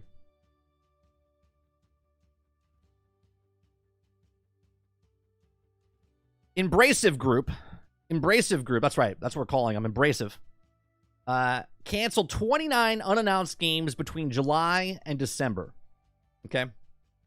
So, Embracer Group canceled 29 unannounced games during 6-month period last year. The company confirmed on Thursday. Now, I don't know if you guys remember. When Embracer Group was buying companies up left and right, and everybody else in the industry was worried about Microsoft buying everybody. But meanwhile, Embracer Group was buying a lot more people. Okay.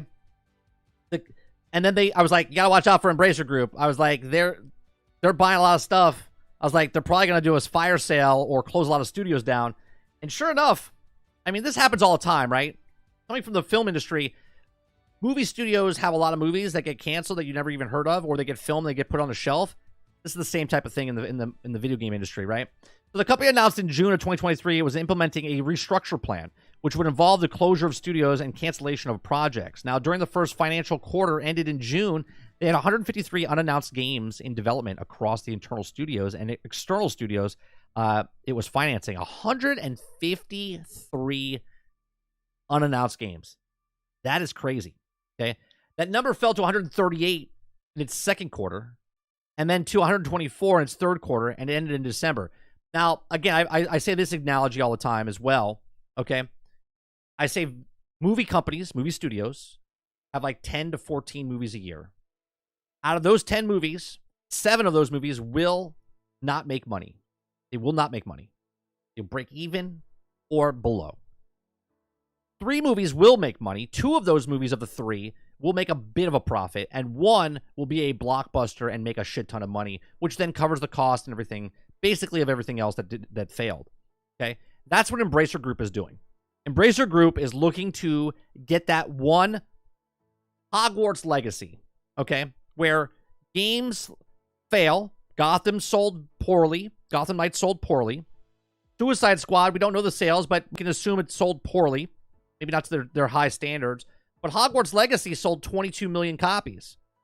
Well, guess what? WB released 3 games in the last 18 months, okay? And one of them is extremely successful, okay? That's a win for WB. A loss for Gotham Knights Studio, maybe a loss for Rocksteady Studios, but for WB, the company that's funding all this stuff, it's a win for them, okay? So it says restructuring also resulted in 1,387 job cuts, or about 8% of the global workforce during the 6-month ended in December. This included cutting 871 internal game developers, 252 internal non-developers, and 264 external developers. As of December, the Embracive Group had 132 internal game studios, down to 139 6 months earlier, and was working on 50 external development studios, down from 59.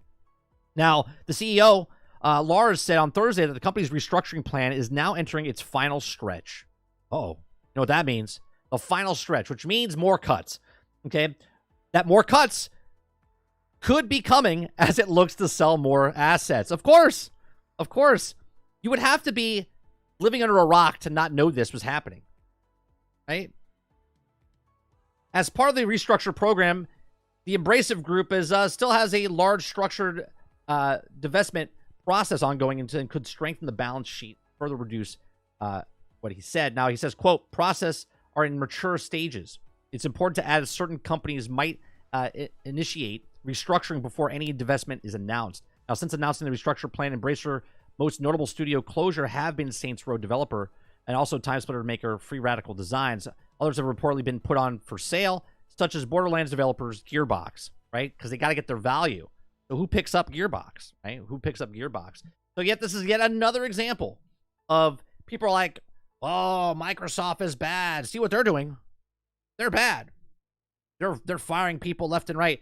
Meanwhile, the Embracive Group here that has 153 unannounced games. Okay. They closed 29 unannounced games. How many games does Xbox working on right now? 38? They have 38 studios? They have 140 studios in Embracer Group. Okay? Which one's worse? Let me know in the comment section down below. Okay?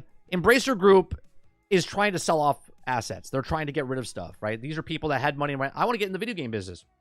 Let's buy up all these other small studios and put them into one big conglomerate. We'll rule the world, right? We'll be that movie studio like WB or Fox, where we'll have all these games underneath one umbrella and we'll make money, because if 10 of the games come out and only 2 of them make money and the other 8 bomb, it's okay. We'll make the money.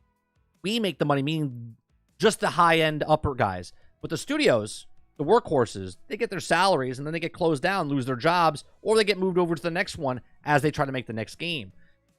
This is the business. This is the business in all businesses. Businesses make money. People get their checks. Sometimes they don't. Sometimes they do. And they get spit up or eaten and then spit out. And that is the video game industry. That is the movie industry. That is the music industry. That is the entertainment arts industry. These are just my thoughts. Let me know yours in the comment section down below. Doesn't make it right, but that's what it is. If you like what we do here, make sure you hit that like button down below. Hit the subscribe button. And if you like what we do here, check out some of our other videos. Thanks for watching. See you on the next one.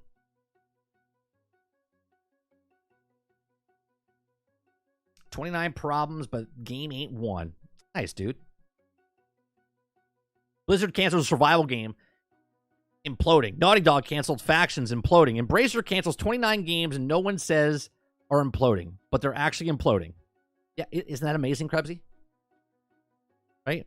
Microsoft does something, it's underneath this giant magnifying glass right? Activision's doing something before they got bought by Microsoft, giant magnifying glass. This company cancels 29 games, and they're like a small little headline below Xbox podcast.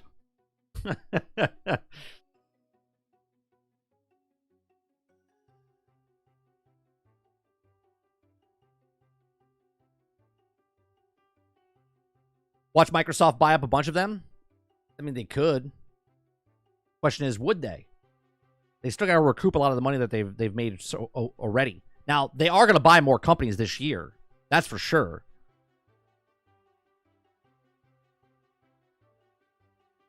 Sony or Microsoft better for Gearbox Borderlands? I would say, from a gaming perspective, Titan, I would say Microsoft. Only because if Microsoft picks it up, I know it's going to be on multiple platforms. If Gearbox picks them up, or I'm sorry, if Sony picks them up, I can say they're also going to be on multi-platform, but there's still a chance that they could be exclusive on PlayStation only. Right? Now, just from a gamer perspective, I would rather the company buy it that's going to put it everywhere.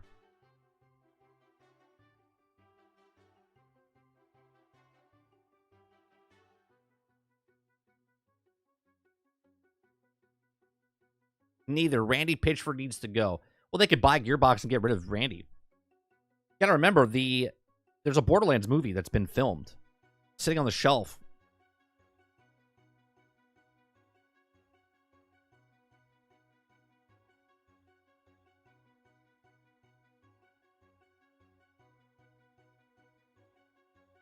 The Borderlands franchise is one of my favorite series. And obviously, if it went over to Sony and I can only play it on PlayStation down the road, then I guess I would have to buy a Sony PlayStation.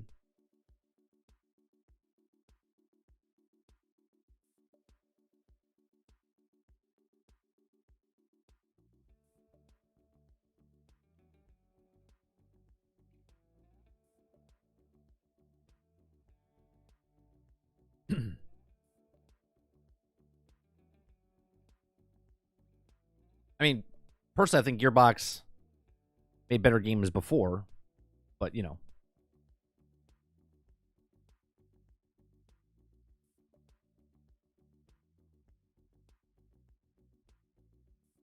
I don't think I'm ever getting a PlayStation. What would it take, Mo? What would PlayStation have to do to win you over, not as a fan, but as a consumer to purchase a PlayStation? What IP? What game? Or are you just you're never because you just couldn't be caught dead playing. Sort of like Travis couldn't be caught dead playing Xbox, as he said in the past.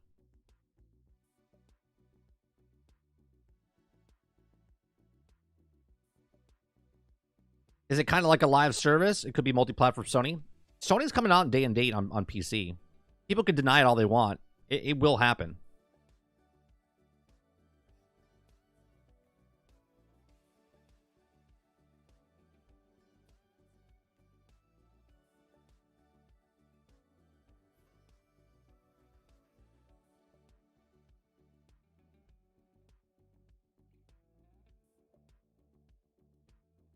I buy PlayStation for God of War and sell it a week later. I've had 3 PlayStation 5s so far and sold again. Seriously, Paul? You've actually bought a PlayStation and then sold it, bought it again?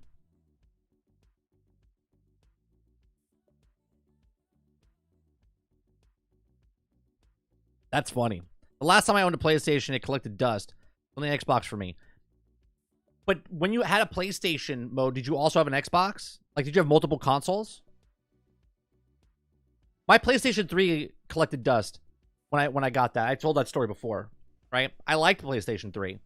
But I played Uncharted. I played MLB The Show. I played... What was that? Little Big Planet. And there was one more game I played. And that was about it. That was about it.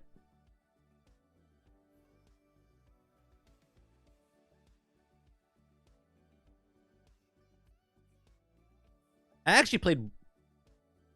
Was it Warframe? No. It was Neverwinter. I played Neverwinter on PlayStation as well. PlayStation 3. I say no date and date. God of War style games on PC till 2026. Okay. Whenever the next God of War comes out, it will be day and date on PC. If that's 2025 or 2026.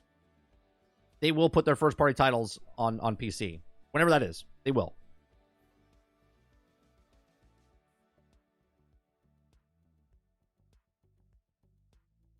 Unreleased miles sold. For God of War, sold. Spider-Man 2, sold. Couldn't you just, like, borrow someone's... PlayStation?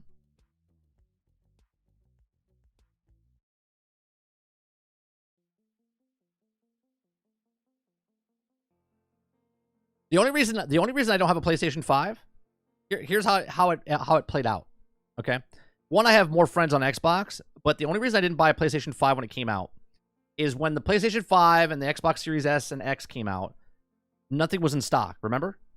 No one could get their hands on the stock. The one thing that came out was the Xbox Series S. And as a content creator, I was like, oh, you know what? Well, I want to play some of the new games, so I bought an Xbox Series S. And the justification of it was, when I do get the next console, I can give the S to my son, which he has. Okay? And then when it came to it, I still couldn't get a PlayStation 5. This is like a year and a half after the console came out. And then the X was in stock. And I said, I'm going to pick it up. Okay? So I picked it up, the X, gave the S to my son, and then the PlayStation, about 8 months afterwards, finally started coming into stock where I could buy it. But at that point, I had $500 that I needed to spend, and I wasn't going to buy a PlayStation 5. I upgraded my graphics card. And then since that point, since I bought my graphics card, there's been talks of Sony coming out with the games I'm interested in on PC. So I went, well, what's the point? Why am I going to buy it if those games are going to come to PC? As a gamer, you know, if I could save $500, then I'm not going to, why would I buy the console? And again, if I bought the PlayStation 5 before the Xbox Series S, we'd be in the same scenario. I would have the PlayStation 5 and I wouldn't have an Xbox because I could play Game Pass through the PC, right? But this is the world we live in right now.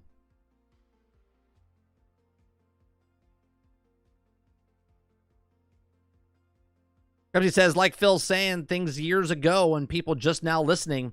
Jim said things years ago and people just aren't listening. It's frustrating for those who listen. I mean, preach, Krebsy. I have receipts. I've been saying this for years. I said it before Phil Spencer came out and publicly said it. I said, I see the way Microsoft is going, and they're going this direction, and maybe today we find out if that's the actual direction they're finally going in. According to the rumors and the updates that they've just made to their mobile devices with the touch pads on all the systems, we'll see.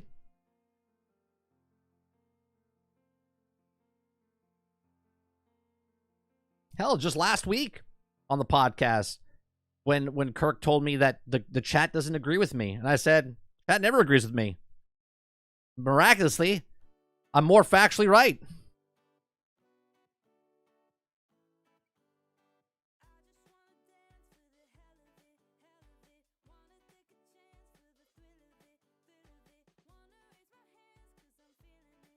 First party title's main purpose was to make consoles popular. Wanted it was plans. The plans he changed. Yeah.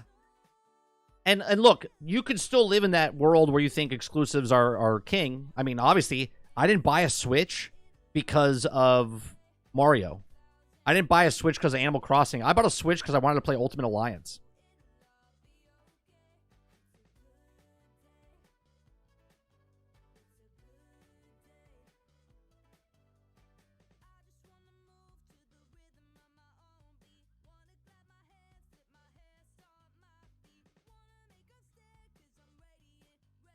I spent days money glitching on Motorsports 2. 3 was the best in the series. You spent days money glitching?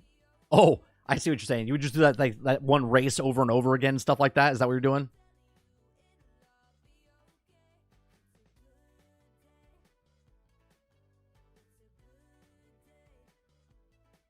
To me, they are. I bought a PlayStation 5 and a Switch because I love their exclusives. It just has to be a game that I'm like really interested in, right? I have God of War. I love God of War. God of War Ragnarok came out, and I was like, I can wait for that. I don't need to play that. I think the updates were planned for this week. This talk was supposed to come out later, but got pushed up, and I don't see them pushing up mobile updates. Podcast was happening this week with or without Phil. Well, yeah, the podcast happens every week or every month. The second week of the month, isn't it? Doesn't it happen every week on Thursday?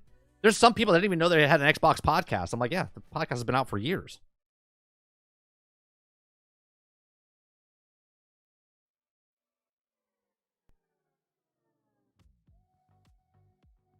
So here's another story we're going to talk about, which I thought was funny. Now, this is an IGN article. And I did say yesterday we're not covering IGN reviews anymore. But this is an article, and I said we'll still cover their articles. Okay. Now, Palworld has lost X% of its player base.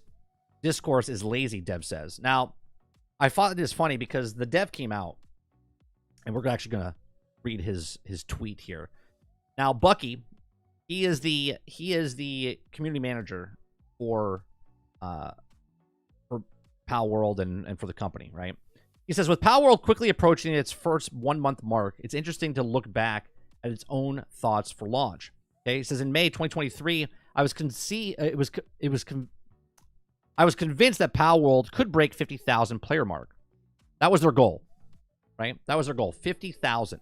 Just put a pin in that, okay? Put a pin in that. They wanted to break 50,000 mark. Anything above that seemed unattainable. Though, I certainly never expected to reach into the millions. Okay? It has taken years to get to this point, and Palworld only really begins from here. Everyone is working hard to fix the issues and prepared new content for pals. Some of them maybe have had your fun for over the last 3 weeks and found yourself putting the game down. That's fine. Because this emerging, quote, Palworld has lost the percent of its player base, discourse, is lazy, but it's probably also a good time to step in to reassure those of you capable of reading past the headline. I love that he fucking said this, right? Those of you that can read past the headline. And that's fine to take a break from games. Imagine that. There's a couple games out right now that are perfect for this. Palworld is one of them. Suicide Squad is yet another one, right? A lot of people with the discourse of, right? I used to be a diehard, hardcore, live service, looter shooter type of guy, okay? And I say all the time, everyone's like, what do you do when you're done with the game? You put the game down and you go play something else, right? Because you're addicted to something and they didn't make enough content for you is not the game's problem, right? There's deeper issue problems there, right? Now, you can play the game as long as you want, but to bitch that something that the game's percentage is dropping, when all they wanted, their goal was to get 50,000 people concurrent, and they went into the 2 million, okay? 2 million. Okay, he continues in saying, Palworld, like many games before it, isn't in the position to pump out massive amounts of new content on a weekly basis. New content will come, and it's going to be awesome, but things take a little bit of time, okay? Make a game, sell a game. Remember, Palworld is early access, by the way, okay? You can call it a live service game or whatever. Suicide Squad is a live service game. It's a full-fledged $70 live service game with microtransactions on this thing. But if you pay now, it's $70. But if you hold off, it'll be cheaper for you in the past. But at the end of the day, at the end of the year, that content will all be there. And when you look at seasons 1, 2, 3, 4 with the main game, it'll be worth that price point that you paid up front if you like that type of game. Okay? It says there are so many amazing games out there to play, you don't need to feel guilty about hopping from game to game. Exactly right. Play the game that you want to play how you want to play it as long as you want. But to say people are lazy because they can't give you enough content to come out, you gotta check yourself a little bit, okay? If you're still playing Palworld, we love you. If you're no longer playing Palworld, we still love you. And if you hope you come back for round 2 when you're ready. Play lots of games, try different genres, and frequently flick through indie libraries to find hidden gems. Okay? I thought this was great. We're not reading this. We're not reading this article. Okay? I just wanted to bring this headline here because this made a point. Okay? People only read headlines. Right? Starfield lost 97% of its thing. They already made your money. They're successful. Right? 6.5 million people bought Starfield on Steam. Okay, more people bought it on Xbox and paid for the upgrade. Okay, some people didn't buy the game and paid just for the upgrade, so they could play it 3 days or 5 days early access. Okay, these are facts. Okay, the headlines and the clickbait stuff and all these other things are just so they can make their money off the other people that made their money as well. Okay, these are my thoughts. Let me know yours in the comment section down below. Are you still playing Palworld? Are you still playing any other game that you've finished and put down? Have you gone back ever and played those games? Maybe you haven't, maybe you have. But let me know in the comment section down below. Please make sure you share, like, subscribe, and if you like what we do here, check out some of our other videos. Thanks for watching.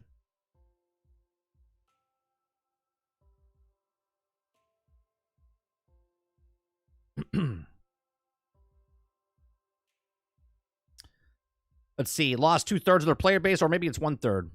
It's some third. There's still over 1 million concurrent, or 700,000 concurrent. They only wanted 50. They thought 50 was like the point. They're like, yeah, if we get 50,000 people, that'd be amazing. They had 2.1 million people.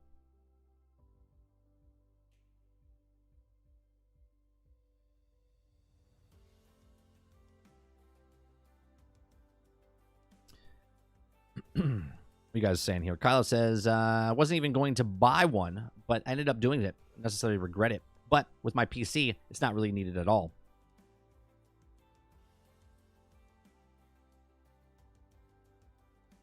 Kyle says, honestly, depending on how the podcast goes later today, if they plan on still making hardware, but not native high-end consoles, I'll be done with Xbox and just keep my account active on PC. And they're okay with that. That's not a burn to them. You see what I'm saying, Kyle? And I'm not saying you're trying to burn them, right? Like, you as a consumer will be upset that, well, they're not supporting Xbox anymore. And they're okay with it, you not purchasing their Xbox. You know why? Because every time they sell an Xbox, it costs them $200. Every time you play a game on your cell phone, PC, tablet, television set, it costs them literally nothing. Cost them nothing. Water says, not playing Power World, but that's because I'm playing Suicide Squad and Helldivers. As soon, Last Epoch, and Final Fantasy Rebirth. I don't care about all the about the games going everywhere. I care more about my 15-plus-year-old account being a waste of time. I never look at stuff like that being a waste of time, right? And I'll put it into perspective this way. I had friends in high school. Some of those friends I still talk to, and others I don't.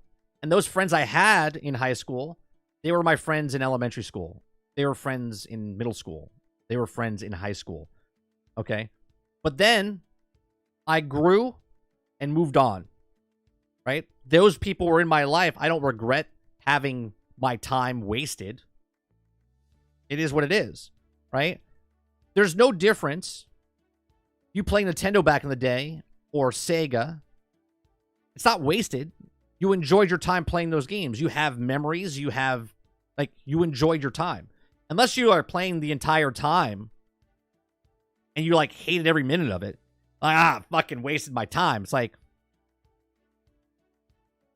I mean, that's the way I look at it.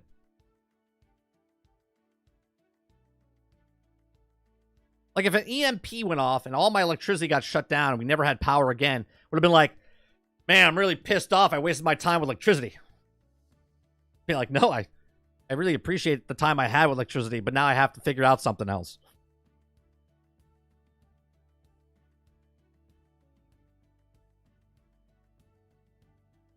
It might cost them $200 for an X.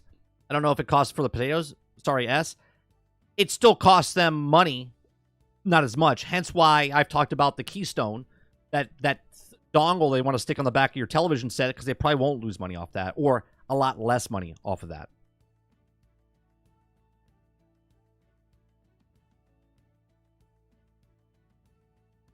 We're just jumping ship on the internet cloud. Not really jumping ship. Right.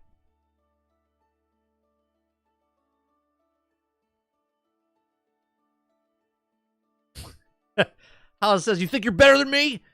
You had friends in high school? I would really call them acquaintances. A couple of them were assholes. A few were friends.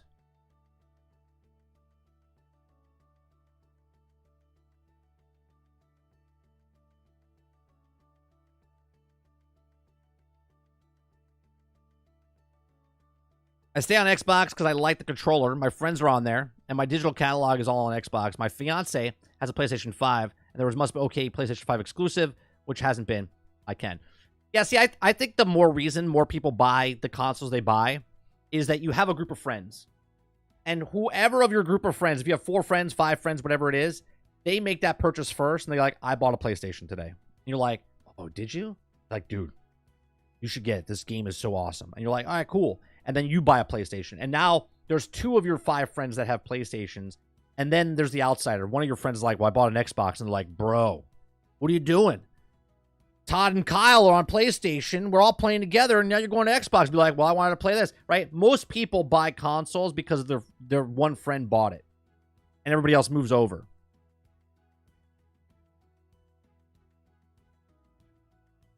I think Xbox, the next Xbox is going to have an open Windows ecosystem and will be able to run Steam games, even PlayStation games. Ginger was saying that yesterday. I thought that was an interesting take.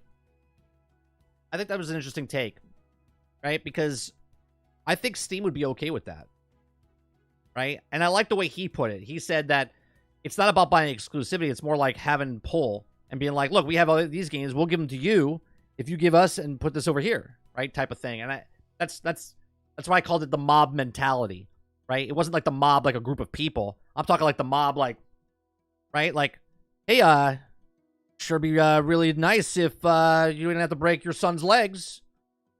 So if you give us this, we won't break your son's legs. You know, type of thing. Like that mob.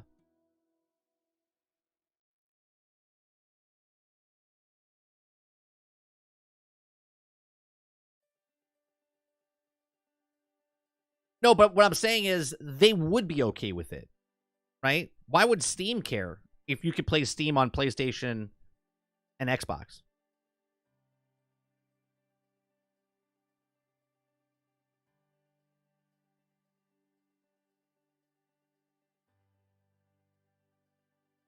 You know what I mean? Like, why would they care?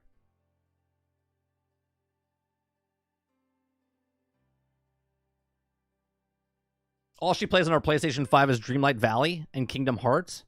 I mean, she could have played Dreamlight Valley on Xbox and you paid $10 instead of...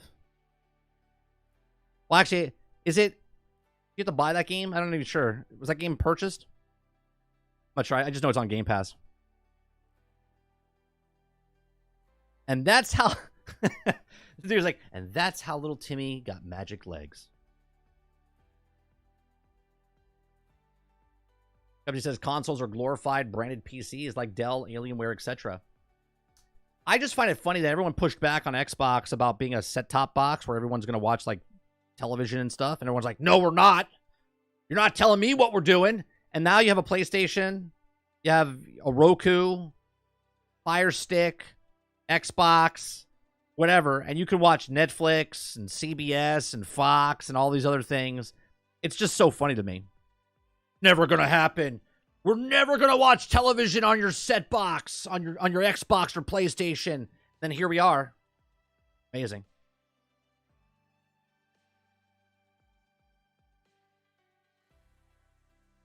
Like Stadia was too early. I think Stadia was perfect for what it was. I don't think it was early. On Live is what I was thinking of that got purchased. That was cloud gaming. Way back when. Okay? I think Stadia was on purposely done, and Google wanted to test they wanted to test the waters for what they wanted to do. Right? I think it was a test. I don't think it was a mistake. I don't think it came out early. I think it came out exactly when it was supposed to come out.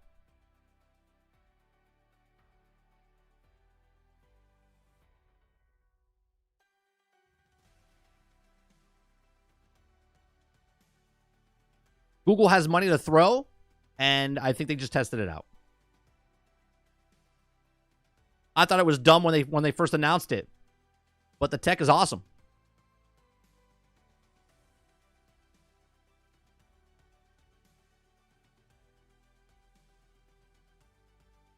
Xbox One E3. Well done, Xbox. Yeah, everyone hated that you got a camera. They're like, you're not putting a camera in my house. You're not monitoring me.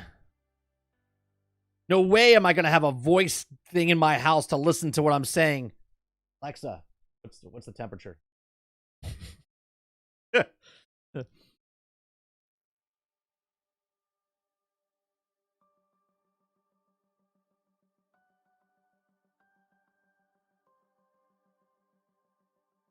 Can you imagine the meltdown if it was the other way around? The PlayStation games were coming to all platforms. The salt mines would go out of business with all the salt. I don't think that's a big deal either. I don't think that's a big deal either. I think if PlayStation did exactly what they're going to be doing, right, putting it on all platforms, right? They're like, we're not going to do exclusives on any other platform because it's just bad for our business. Helldivers 2 comes out. It's on PlayStation and PC. The #1 selling game ever published by them. Surprise to nobody. Surprise to nobody. More people buying your stuff from multiple platforms. Say it ain't so.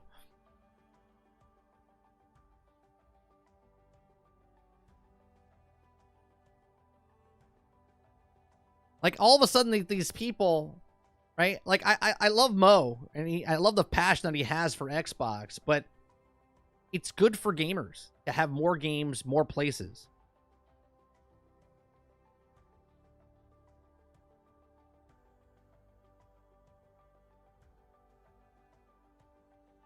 right? The companies don't care that you're upset that their game is played in multiple places. Were people upset when you could play Pac-Man in the arcade and you could play Pac-Man on your console? Were people upset when Nintendo made their cabinet and you played Mario Brothers? You could take that arcade and come home and play it on your Nintendo? Were people upset about that?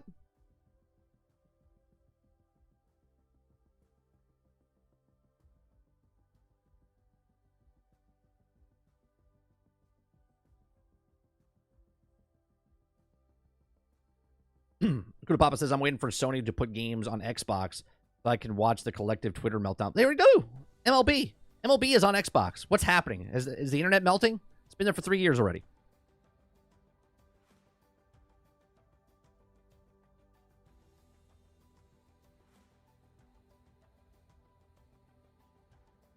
This is the 4th year?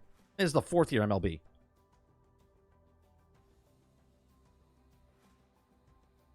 The dude says, Zune, Windows Phone, Connect, Series X. I sure know how to pick them. I never owned a Zune.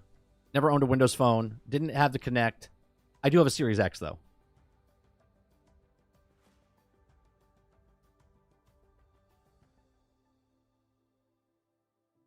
I play the hell out of MLB on the Xbox. It was my second most played game last year.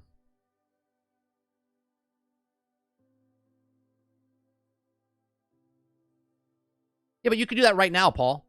There's been people that through the browser you can actually play games like on PlayStation. You can play Xbox games on a PlayStation right now. Right? If people know how to do it, you can do it.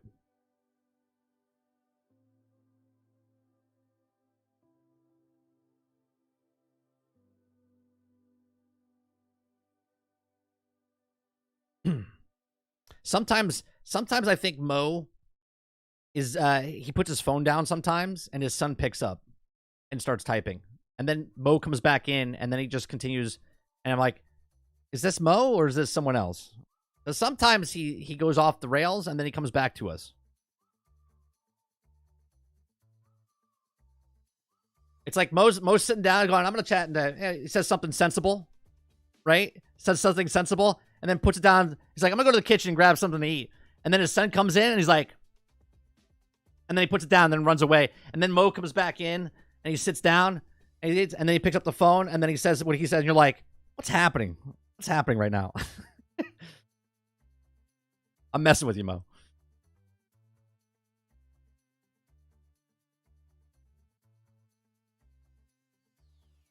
Remember the Xbox, right? Now does run a locked version of Windows. They're about to just unlock it. Would bank on it.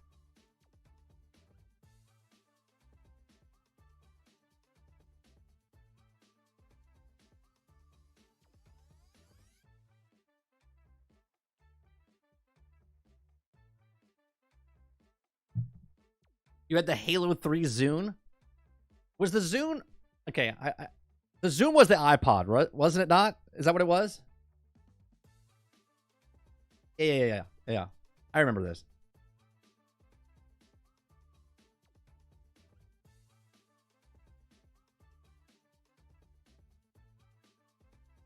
November 2006 until it discontinued in June 2012.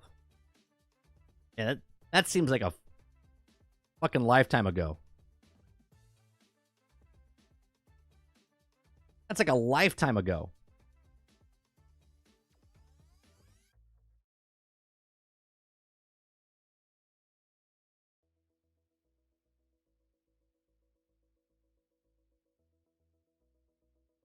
Yeah, you're not the only one, Kylo. I was like, the Zune. I remember that this was priced really high. Wasn't it like close to $1,000 or some shit like that?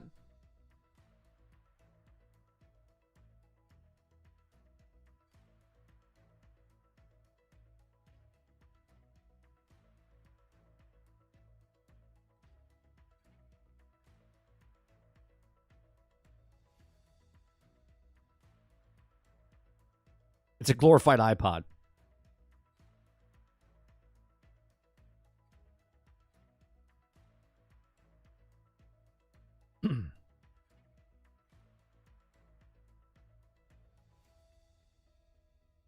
It's a glorified iPod, but more than iPods. I still have.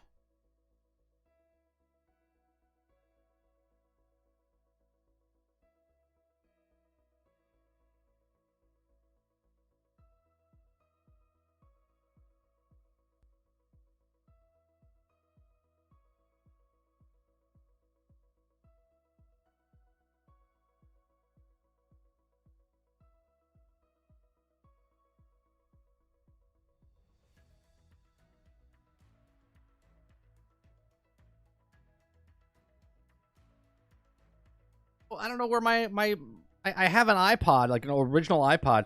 Check out this bad boy. Right, check out this bad boy. Look at this.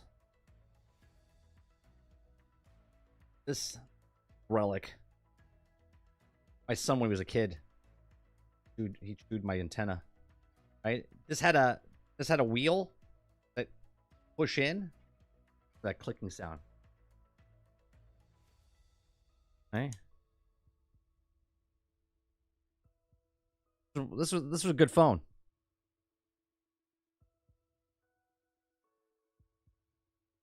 Yeah, the classic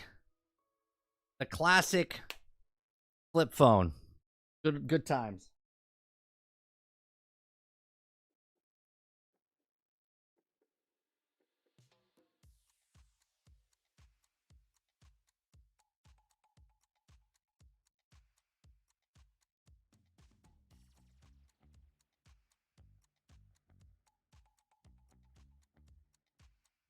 I don't know where my stuff is. I have all my old electronics. Why? It's like a museum. That's why.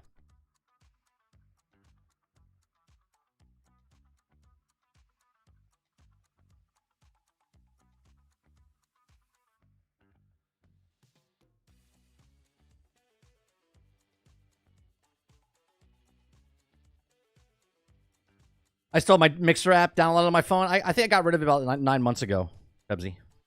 I think I got rid of it about 9 months ago. Oh, when you had to pay for ringtones. I remember that, Paul. And I thought I was smart because I could not pay for ringtones and make my own and then upload them and then put them on.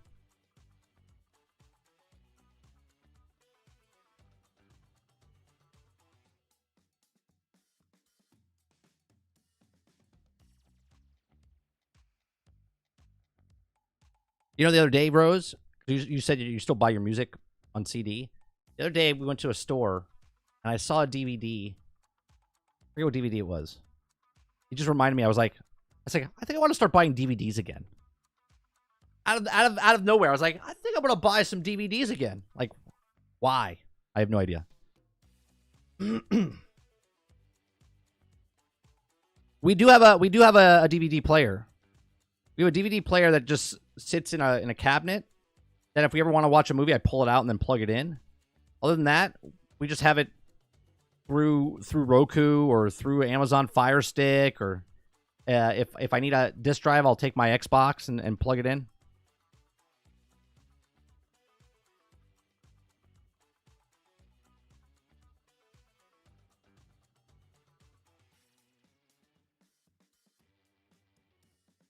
Talking about your Xbox? No, I'm literally talking about a DVD player. Like, it's a standalone DVD player.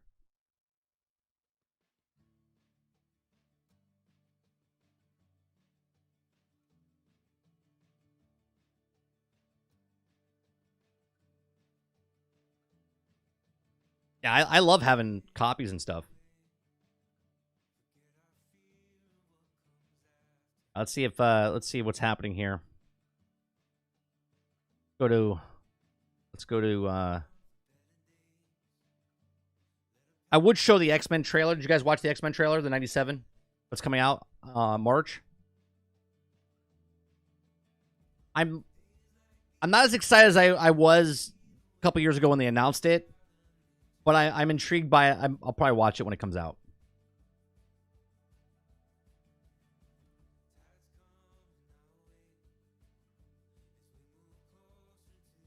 Someone put a tweet out there. Today is the last day You can play your Xbox before Microsoft deactivates all Xboxes after the business update tomorrow. I love it.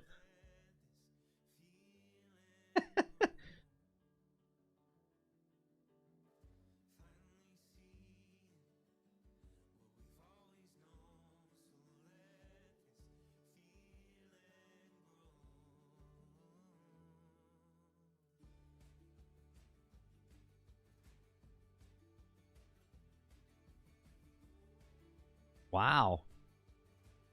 Here are the 10 lowest movies of Marvel of all time.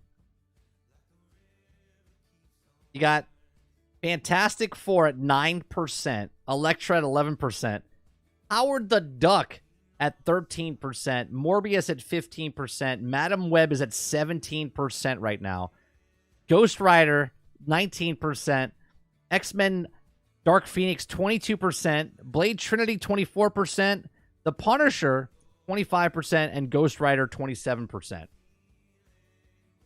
I never watched that Fantastic Four movie.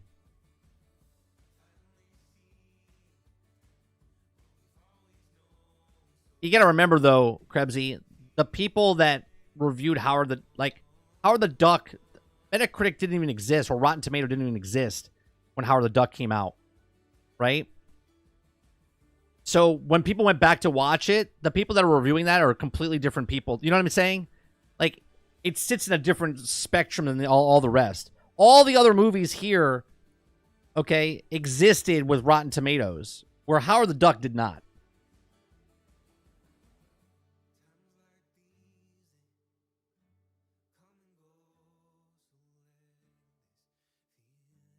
Rotten Tomatoes came out way, way, way after Howard the Duck. Or, did I say it right? Rotten Tomato. Yeah, Rotten Tomato came out way, way after Howard the Duck.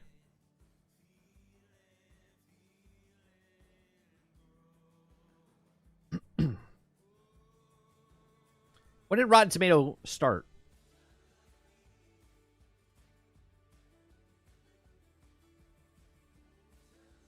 $1998.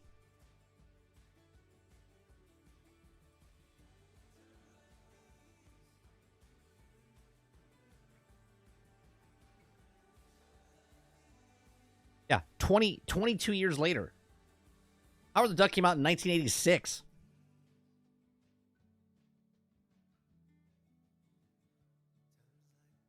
$23 years later.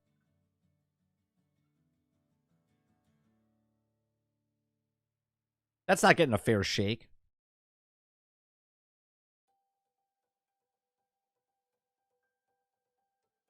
Wait a minute. Madam Web actress got asked to name the 3 Tom Holland Spider-Mans and didn't even know even one. Wait a minute. What do you mean the 3? Like the movies? Or like the actual like the 3 movie titles? I didn't know if you're talking about the 3 Spider-Men that were in the last movie. Like she didn't know the actors' names. She doesn't know the titles.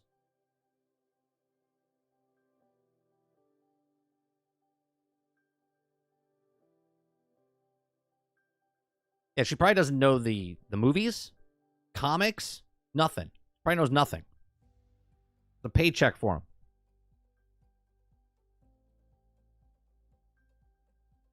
But they also tell them not to. Again, it wasn't a Marvel film. It's a Sony picture, but they literally tell them not to read stuff.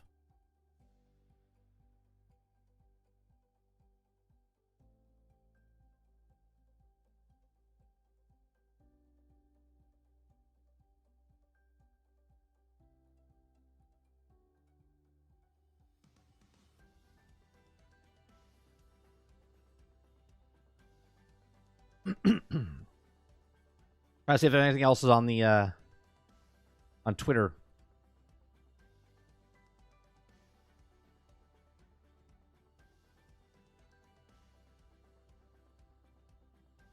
Oh, for sure, Krebsy. I mean, you saw how. I mean, we used to cover everything, and now I don't give 2 shits. I don't give 2 shits.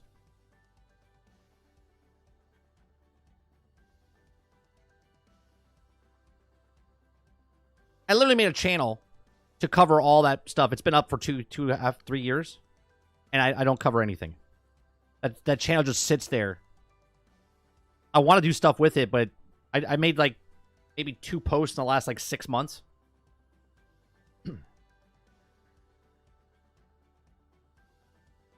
I changed. Sure.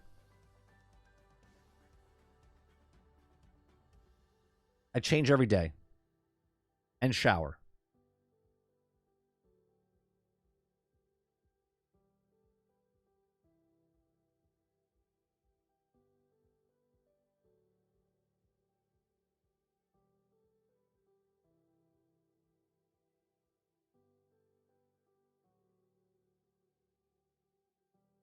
Did you see Paul's recent tweet about Suicide Squad? You mean the build that he had? The build video?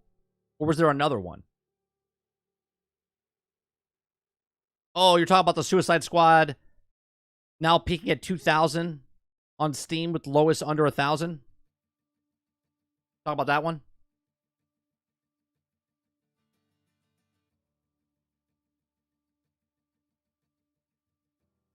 Let me bring back Exhibit A. Exhibit A of the tweet that we just read from Pal World.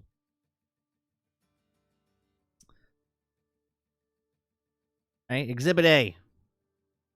It's okay to go play something else. You don't have to play that game nonstop. Suicide Squad themselves even said this. When someone shows this, when they show this means fucking nothing to me. And here's how I'll defend this. You ready for this? My YouTube channel, I have an average of 34 people. 34 people. Okay? To everybody else, my channel is fucking done. Dead on arrival. Okay? But I make money. Ad revenue, memberships, okay? This looks like my chart. This looks like my chart on my YouTube channel. And I'm fine. I'm also not a big, massive corporation. But my point is, they're fine. They're fine because they made money off the top end. And they're going to be supporting this game if you like it or not. I'm not saying you personally, right? I'm just saying that they're going to support this game with the content they've made to see if they can recoup their money. Those are facts. Right? They've already spent the money on this game. The devs are making their money, right? And they're going to support this game until they realize, okay, this is all we got in the game, and then we'll close the game down in 1.5 years or 2 years.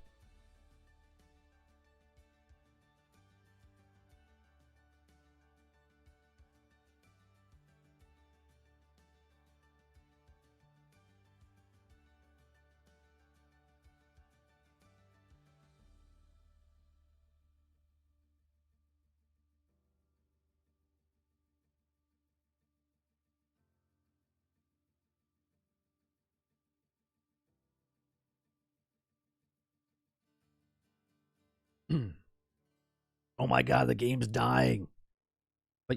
But even if it does die, Water, we played it, right? You played it. I played it. You played through the campaign. You played through the end game. You got to a certain point, and you put the game down.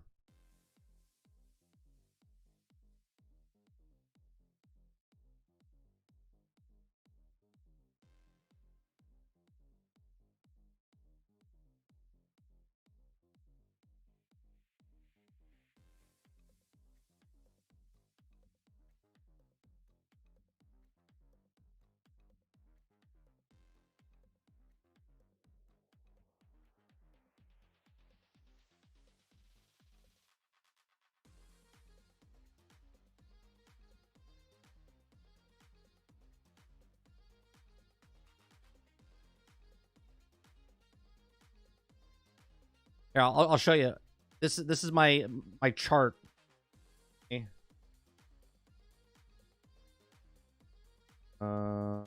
That's not views though.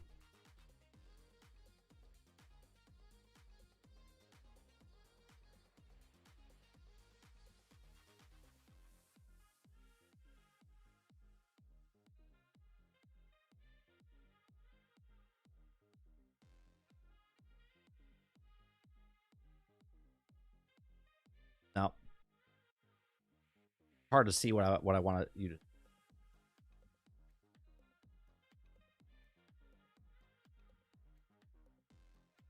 Since the game has no FOMO, people can take breaks from the game and play other stuff. Yeah. Yeah. If I was Rocksteady, I'd say release it Season 1 early. They're fine. If they release Season 1 early, that means that, what, are they going to release Season 2 early? Then Season 3 earlier? You know what I mean? Stay on course. Stay on course.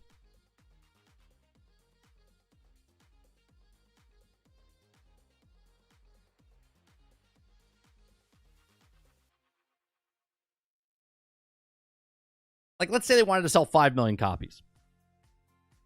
Again, actually, let's go with, hold on a second. I'm assuming the game cost around 250 to 300 million, right? So we can base it off of Spider-Man. Let's just say it cost the exact same amount as Spider-Man. Okay. I think this game sold at least 3.5 to 4 million copies across all platforms. Console, PlayStation, Xbox, and PC. I'll say 3.5 to 4 million copies across all platforms. Now, as the public perception, that's a failure. Now, this game is not dead because it's not a one-and-done game. It's a game that they launched. They made the $100 version, right? And 2.5 million people, maybe a million of the 3.5 to 4 million people bought it early. Okay, so they got the $100 early access. There's a lot of people playing it on day one. Well, preload day one. Okay, then everyone else bought it on the regular price. So let's just say they made, I don't know, 4 million. They need to sell 7 million, just like Spider-Man would. They sold 4.5. So let's just say with the extra $100, they made maybe 5 million copies. Okay, now for the next year, they have to sell the remainder amount of money through microtransactions and, you know, people coming in Season 1, Season 2, Season 3. They go, oh, more content in the game. I'll pick it up for $50. I'll pick it up for $40. I think they make their money back.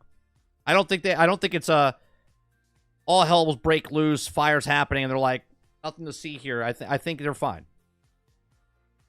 Only because there's no FOMO. If there was FOMO, I think we have a problem. But because you can get everything on the Battle Pass not even the game yet, okay?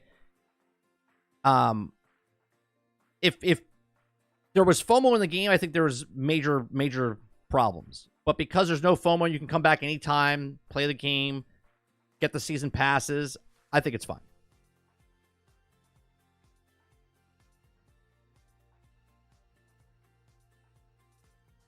I think launches for the games needs to be as big as possible to make it as big as creator as possible. This is harder for to walk out of the creator, and the creator gets noticed more. Well, look at, again, we had a conversation about No Man's Sky. I know it's a different situation, but in the long term, they've made their money. Like, they were popular in the beginning, and then it shit on them afterwards. But since then, people come back and pay $40 for that game, and they can constantly make a consistent price. There's no FOMO in that game, right? There's no FOMO in that game, and there's no FOMO in this game. Dude says, is this thing really in that much trouble already? I don't think it is. I think as the 45 articles from IGN make it seem like it's worse than it is. I think the expectations for certain, and again, I'm all speculating here. I'm speculating, just giving my thoughts, right? Palworld thought they were going to sell 50,000 copies. Current. Not sell. Current player base of 50,000. They ended up with 2 million. Maybe Suicide Squad went in knowing, okay, we expect concurrent, 500,000. 1 million people. They didn't come close on Steam. But overall, maybe they hit that number. We don't know that number. You know what I mean? We don't know that number. I think they knew, based on the future, or the past, I should say, that their game was going to be in this mid-tier type of area and trying to win people over. They're still sponsoring people. right? They're still sponsoring videos on YouTube right now. Legacy Gaming have done 2 videos. What do you do after the campaign? What's the end game? They sponsor them twice now.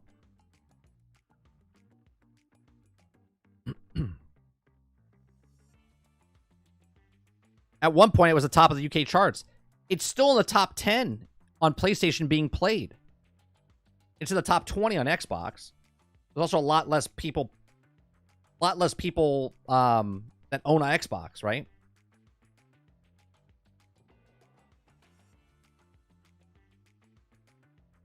Yeah, that's what I'm saying, Altern. I mean, sure. Number 1 could have sold like 10 copies, and number 10 could have sold 1 copy, and it's in the top 10, right? But it's in the top 10 on PlayStation. I think they sold around 3.5, 4 million copies. And then with the extra money they made from the early access, I think you can go up to about 4.5 to 5. They need to sell 7 to be profitable, and I think they will hit that. But we'll see. I'm sure Jason Schreier will have a nice article coming out. I'm sure someone will speculate and come out with actual leaked information, what the sales are. But as much as I'm speculating, people speculating about what the Steam chart numbers are and saying that that's the game. Most people buy looter shooters on consoles.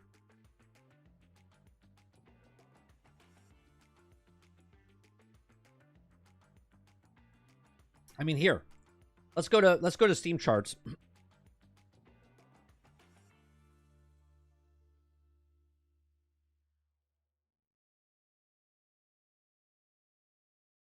Is this game dying? Is this game dying? DC Universe Online on Steam. Right? All-time peak, 3,112 people. If the game was dying, why would they do an upgrade for this game to come on to the next consoles? Like, why would they do an upgrade? If there's only 510 people playing at the 10-minute mark. Right? Why would they update it?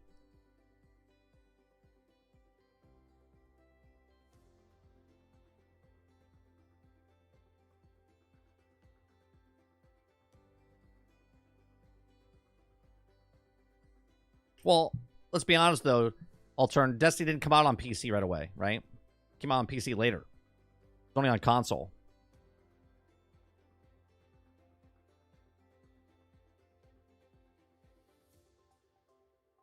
I love how people always use the stats, right? People love moving the goalposts because they like to use whatever stats from whatever makes them sound better.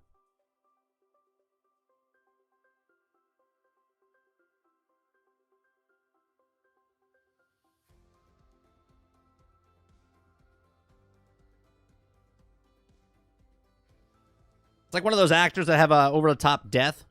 They get so dramatic it takes a while for them to die. Like Denzel Washington, for example, in Training Day. As he says, it has 81% user score on Steam. PlayStation has about an 88% and 4.43 out of 5. Don't know about Xbox. What game is that for, Krebsy? Is that for DC Universe Online or is that for Suicide Squad?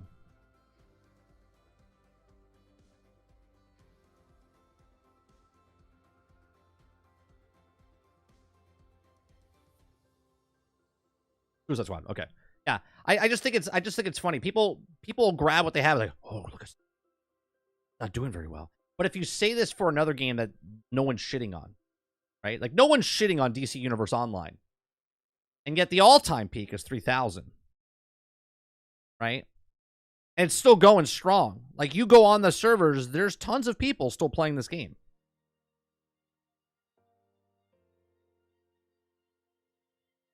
I was talking about Destiny 1, Altern, like in the beginning.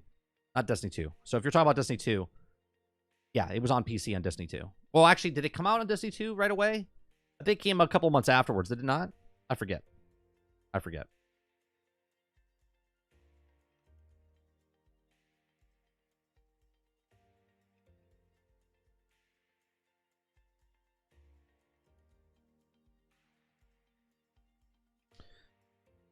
October 24th, PC launched. October 24th, 2017.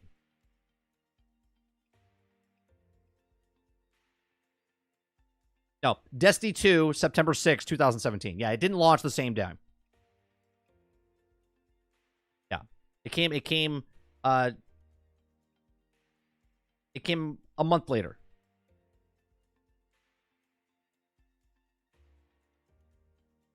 Because I remember people talking about how they were like they're gonna wait. Then people bought it on the PlayStation or the Xbox, and then they bought it again when it came out on PC. And I remember people talking about it. They like double dipped on it.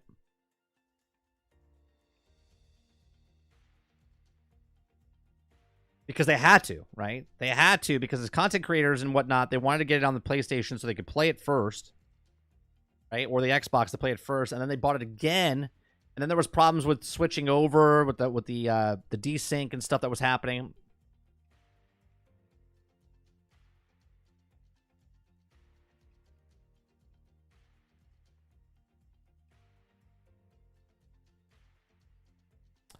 No, see, I wouldn't agree that the user score is more important than critics because so many minute people review games. So many people don't review games or don't read reviews. They don't even care about reviews.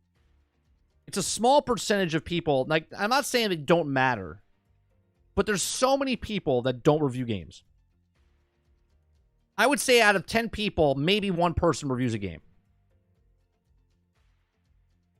Right? Like, what game? Here. 6.5 million people bought Starfield. Okay? 6.5 million people bought Starfield on Steam.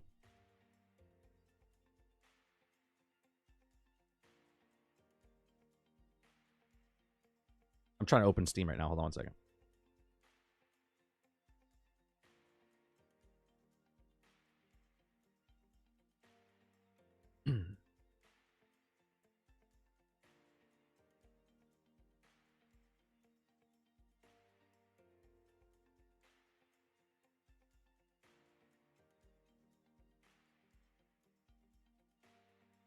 Okay.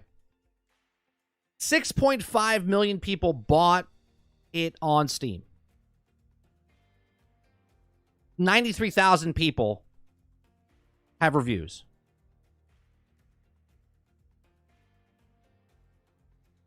You see what I'm saying? There's a lot more people that didn't leave a review than left a review.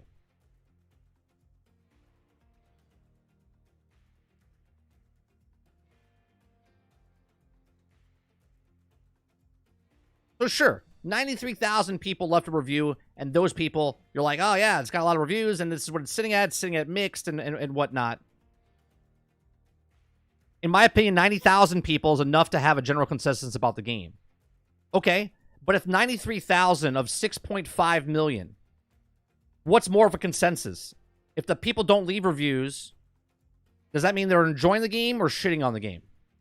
Right? If you're going to take the minority of the consensus as the majority of what the game is that right? I don't know. Right? You're taking the minority and making it the majority. Where the majority of the player base just played the game. Enjoys the game.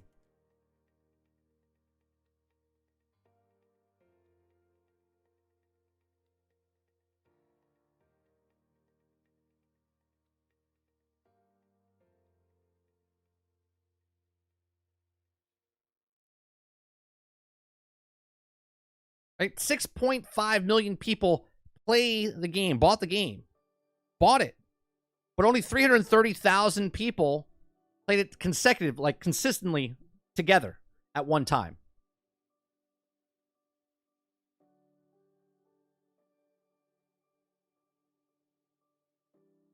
Like, I understand how things work. Like, someone knocks on my door and says, hey, what do you think about this? And they go, average person, 4 people live in this house.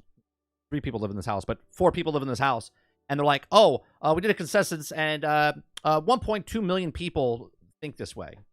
But they only interviewed 100,000 people.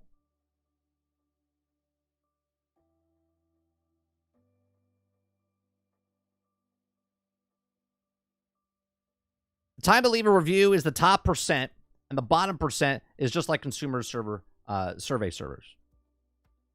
Service surveys.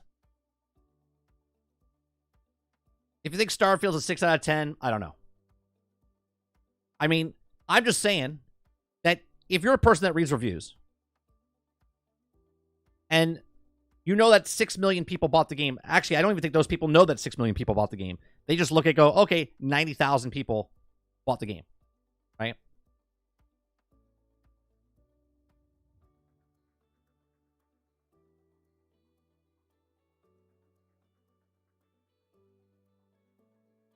What's another popular game that came out like recently?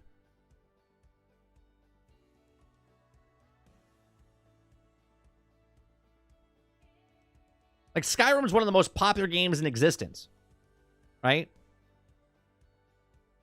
69,000 all-time peak on PC. 90,000 for the original game. But it sold 60 million copies. Man, I don't know. What am I supposed to believe? Starfield had so much noise around it last year. Always talked about the game. So many people could not wait to crap over it. I'm just saying that Steam is not the almighty powerful number that everyone thinks it is. Because reviews are still the minority, the minority of the majority of the people playing the game. 7 million copies, 90,000 reviews.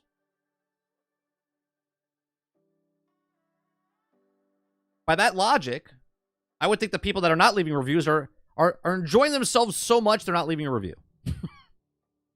Or are they shitting on it so bad, they hate it so much that they wouldn't leave a review, and more people hate it than love it? I don't know.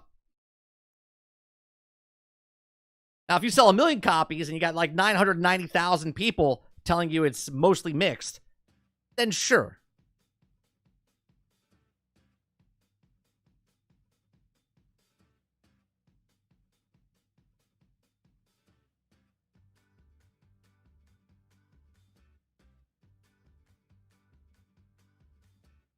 Reviews are too much work. I've never left a review. Ever. Even when I hated a game, I've never left a review.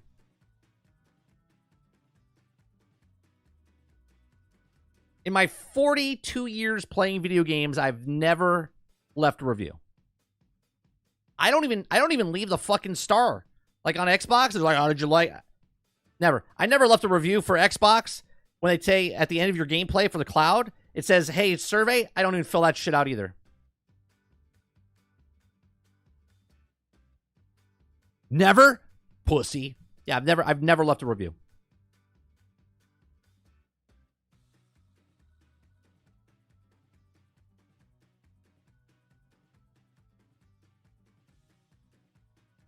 Hell, Pal World's got pretty good numbers. 216,000 of 2 million people. Actually, I'm sorry. How many people? 12 million people. 12 million people bought it on Steam. 216,000 left a review. That's a whole lot of people that didn't leave a fucking review.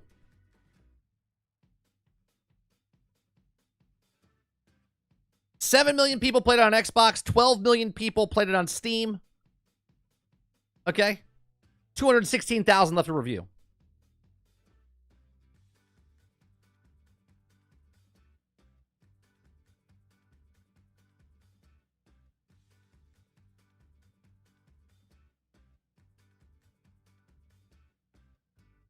Salty says, I got better things to do, like play the fucking game. Android reviews. What a pain in the ass.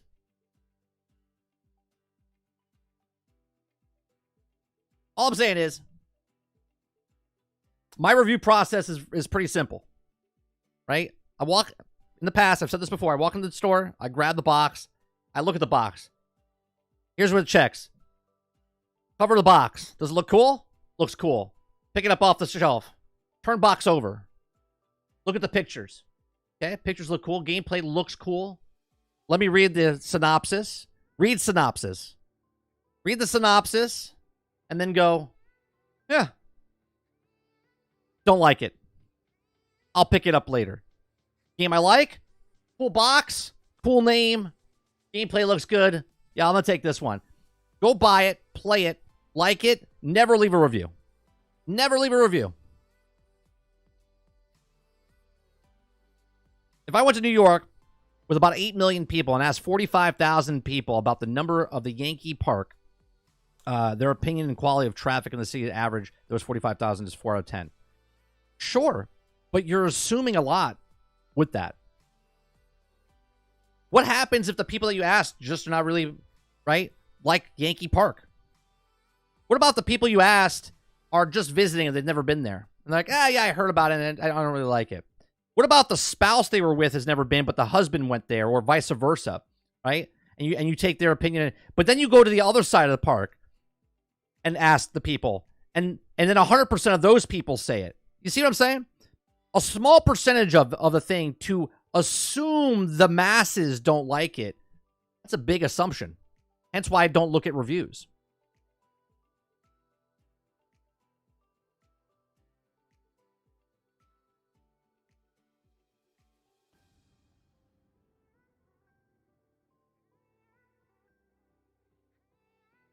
The first review I was in Suicide Squad because I thought it was getting too much hate.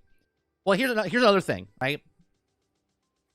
Just like you look at reviews of games, reviews more now are more pointless, even more now, because you have the people that give it 100s, right? No game is ever 100. Like, get out of here. No game is perfect, okay? There's hundreds out there, and you're like, no, those are there because there's zeros. That's to counterbalance the zeros. So you got to get rid of all the hundreds. You got to get rid of all the zeros. Okay?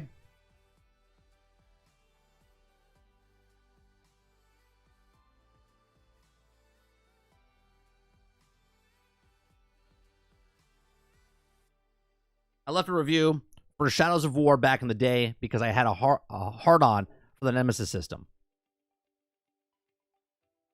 I played a lot of games in Steam. I only have put one review, and it was for Valheim, because I didn't like some of the aspects of the game, and it hopes the devs see it in review and add more changes. Look, I'm not saying people can't get value out of reviews. I'm saying majority of the population doesn't leave reviews, doesn't read reviews. They don't care about reviews. If the people cared so much about reviews, wouldn't people leave more reviews so their opinion can also matter? Or does the majority of the players doesn't give a shit about reviews and they're just like, this person says they hate it, I'm going to give it a shot?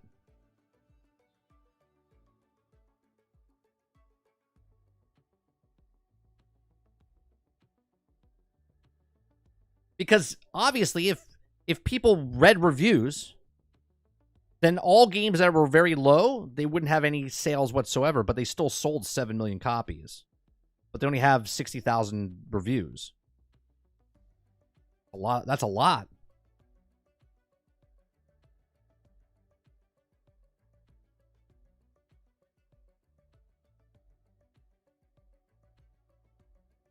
This is true. I did it more, I think, because I was bored.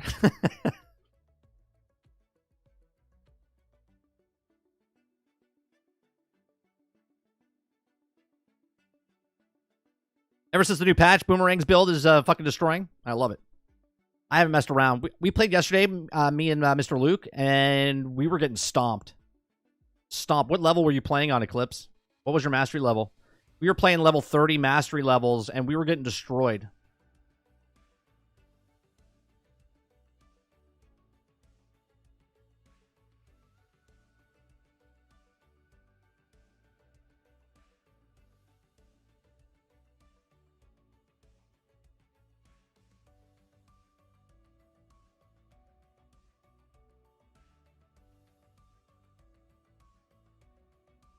Right? I don't think reviews should be 38 now mastery level. Okay.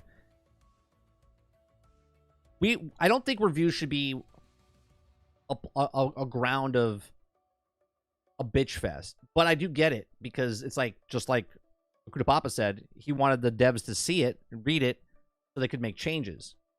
And I think there's a difference, right? And I think that's where Discord comes in. Where Discord people leave like a feedback, not a review. It's like, hey, your UI is broke, or this gun's not working. That's feedback. Not a, I'm giving your game a 2 out of 10 because it has load screens. That to me is not feedback. That's you shitting on a game because you don't like load screens and they happen to have load screens.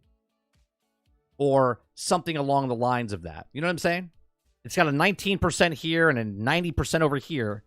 You take the middle, and that's what the game is. If you want to take a, right?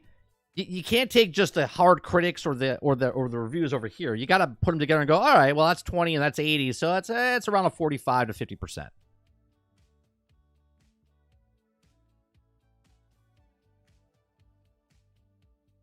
Warranted. 2 out of 10. Yeah, I like the game, but there are so many things that made me put the Valheim down. I had to put the review so people know that those things bother them. Wait for an update or buy other games. Sure. But what I'm saying, Altern, is you left a review because you were passionate about it, right? Most people don't even look at the reviews.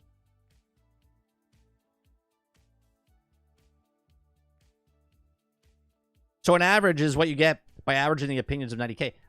But what I'm saying, Krebsy, is the people take it for verbatim for what it is. I'm telling you, I don't look at just the critics or just the reviews on Metacritic and Rotten Tomatoes. I don't even look at reviews. I don't read reviews. I don't. The only reason I read reviews is for content on the YouTube channel, reading what people say about certain things because it's fucking funny. Okay? Other than that, I don't read reviews. I don't look at reviews. Never have. I do the eye test.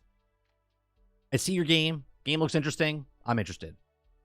Look at your game. Doesn't look interesting. Don't play it. No matter what anyone says, if I read a review and they were shitting all over it, I go, I'm still going to buy it. I think it looks cool.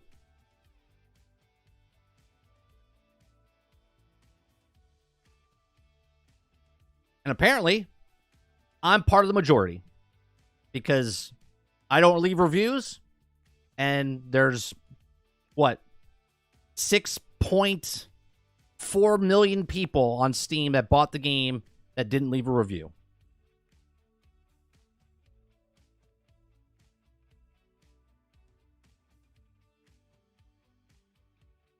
Right, I have no remorse, Eclipse, if I buy a game and the population thinks it's a bad game.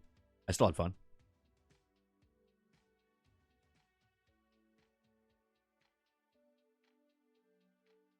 Exactly, Z. Most games, and this is I'm saying, the eye test. You have videos now. The old school is pull the box off the thing, turn it around, look at the pictures, the 4 pictures. That's it. That's it.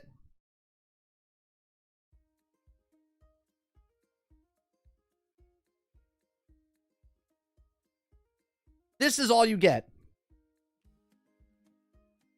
This is it.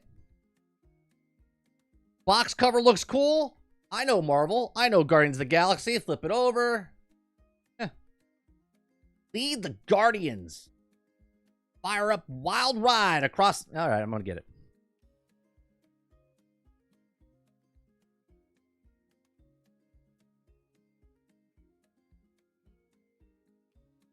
Be honest, it used to be look at the box, take the blockbuster box, and then that's it. That's it, Z. Can you imagine the amount? Look. To get this game now on Steam, I could click on the video, I can listen to it, I can watch it, I can click on these things and see the pictures of the graphics, okay? Right? I don't even care about what the reviews is, right? Just look at it, right? I can go to YouTube, type it in, who's playing, gameplay. I can go to live Twitch or YouTube Live.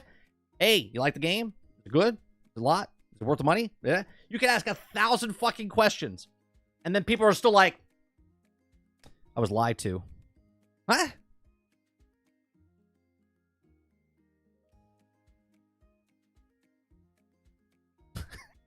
Four pictures? What fancy game was that? In my day, there were only 2 pictures.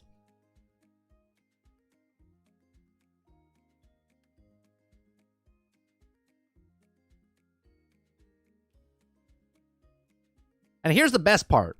You look at a game, you're like, well, that looks good. Yeah, that looks interesting. That looks interesting. The gameplay looks interesting. Okay. And then you scroll down and go, $30. That's a good deal. That's a good deal. I'll pick it up for $30.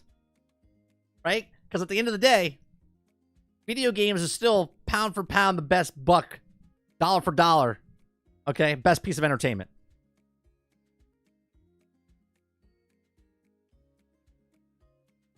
$70 for a game? You put 120 hours in? I put 192 hours into Starfield. And I didn't pay for it. Right? Even if I was just playing Starfield on Game Pass for the last 5 months, that's $50. Which is still not $70 yet. And I still had other games to play. But if I was just playing Starfield for $10 a month and I put 192 hours in, to go, yeah, it's totally not worth it. I don't know what the fuck you're smoking. I don't know what anyone's smoking for any game.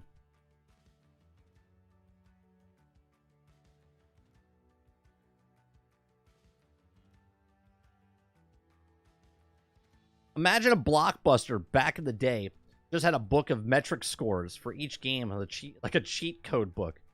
When you went to Blockbuster, you just picked up the box. I'm going to rent this tonight. I'm going to play it. I'm going to try it. Insane, man. It's insane. But I digress. Because I'm done. We'll be back tonight for GXG. The Kingyard is joining me tonight for Generation X Gaming, the weekly podcast that goes over a few of the top stories from the past week, and we rant along the way.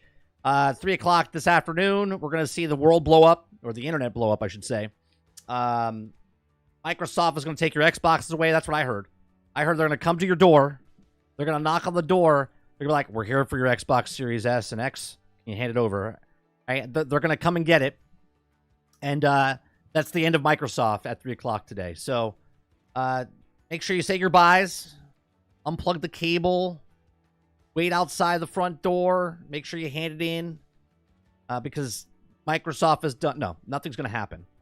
Nothing is going to happen. They're going to announce day and date still on Xbox, still on Game Pass. They're taking Sea of Thieves. They're putting it over to PlayStation 5. These are my predictions. We'll see what happens, and I'll see you guys tonight on GXG at 8 p.m. Eastern. Peace.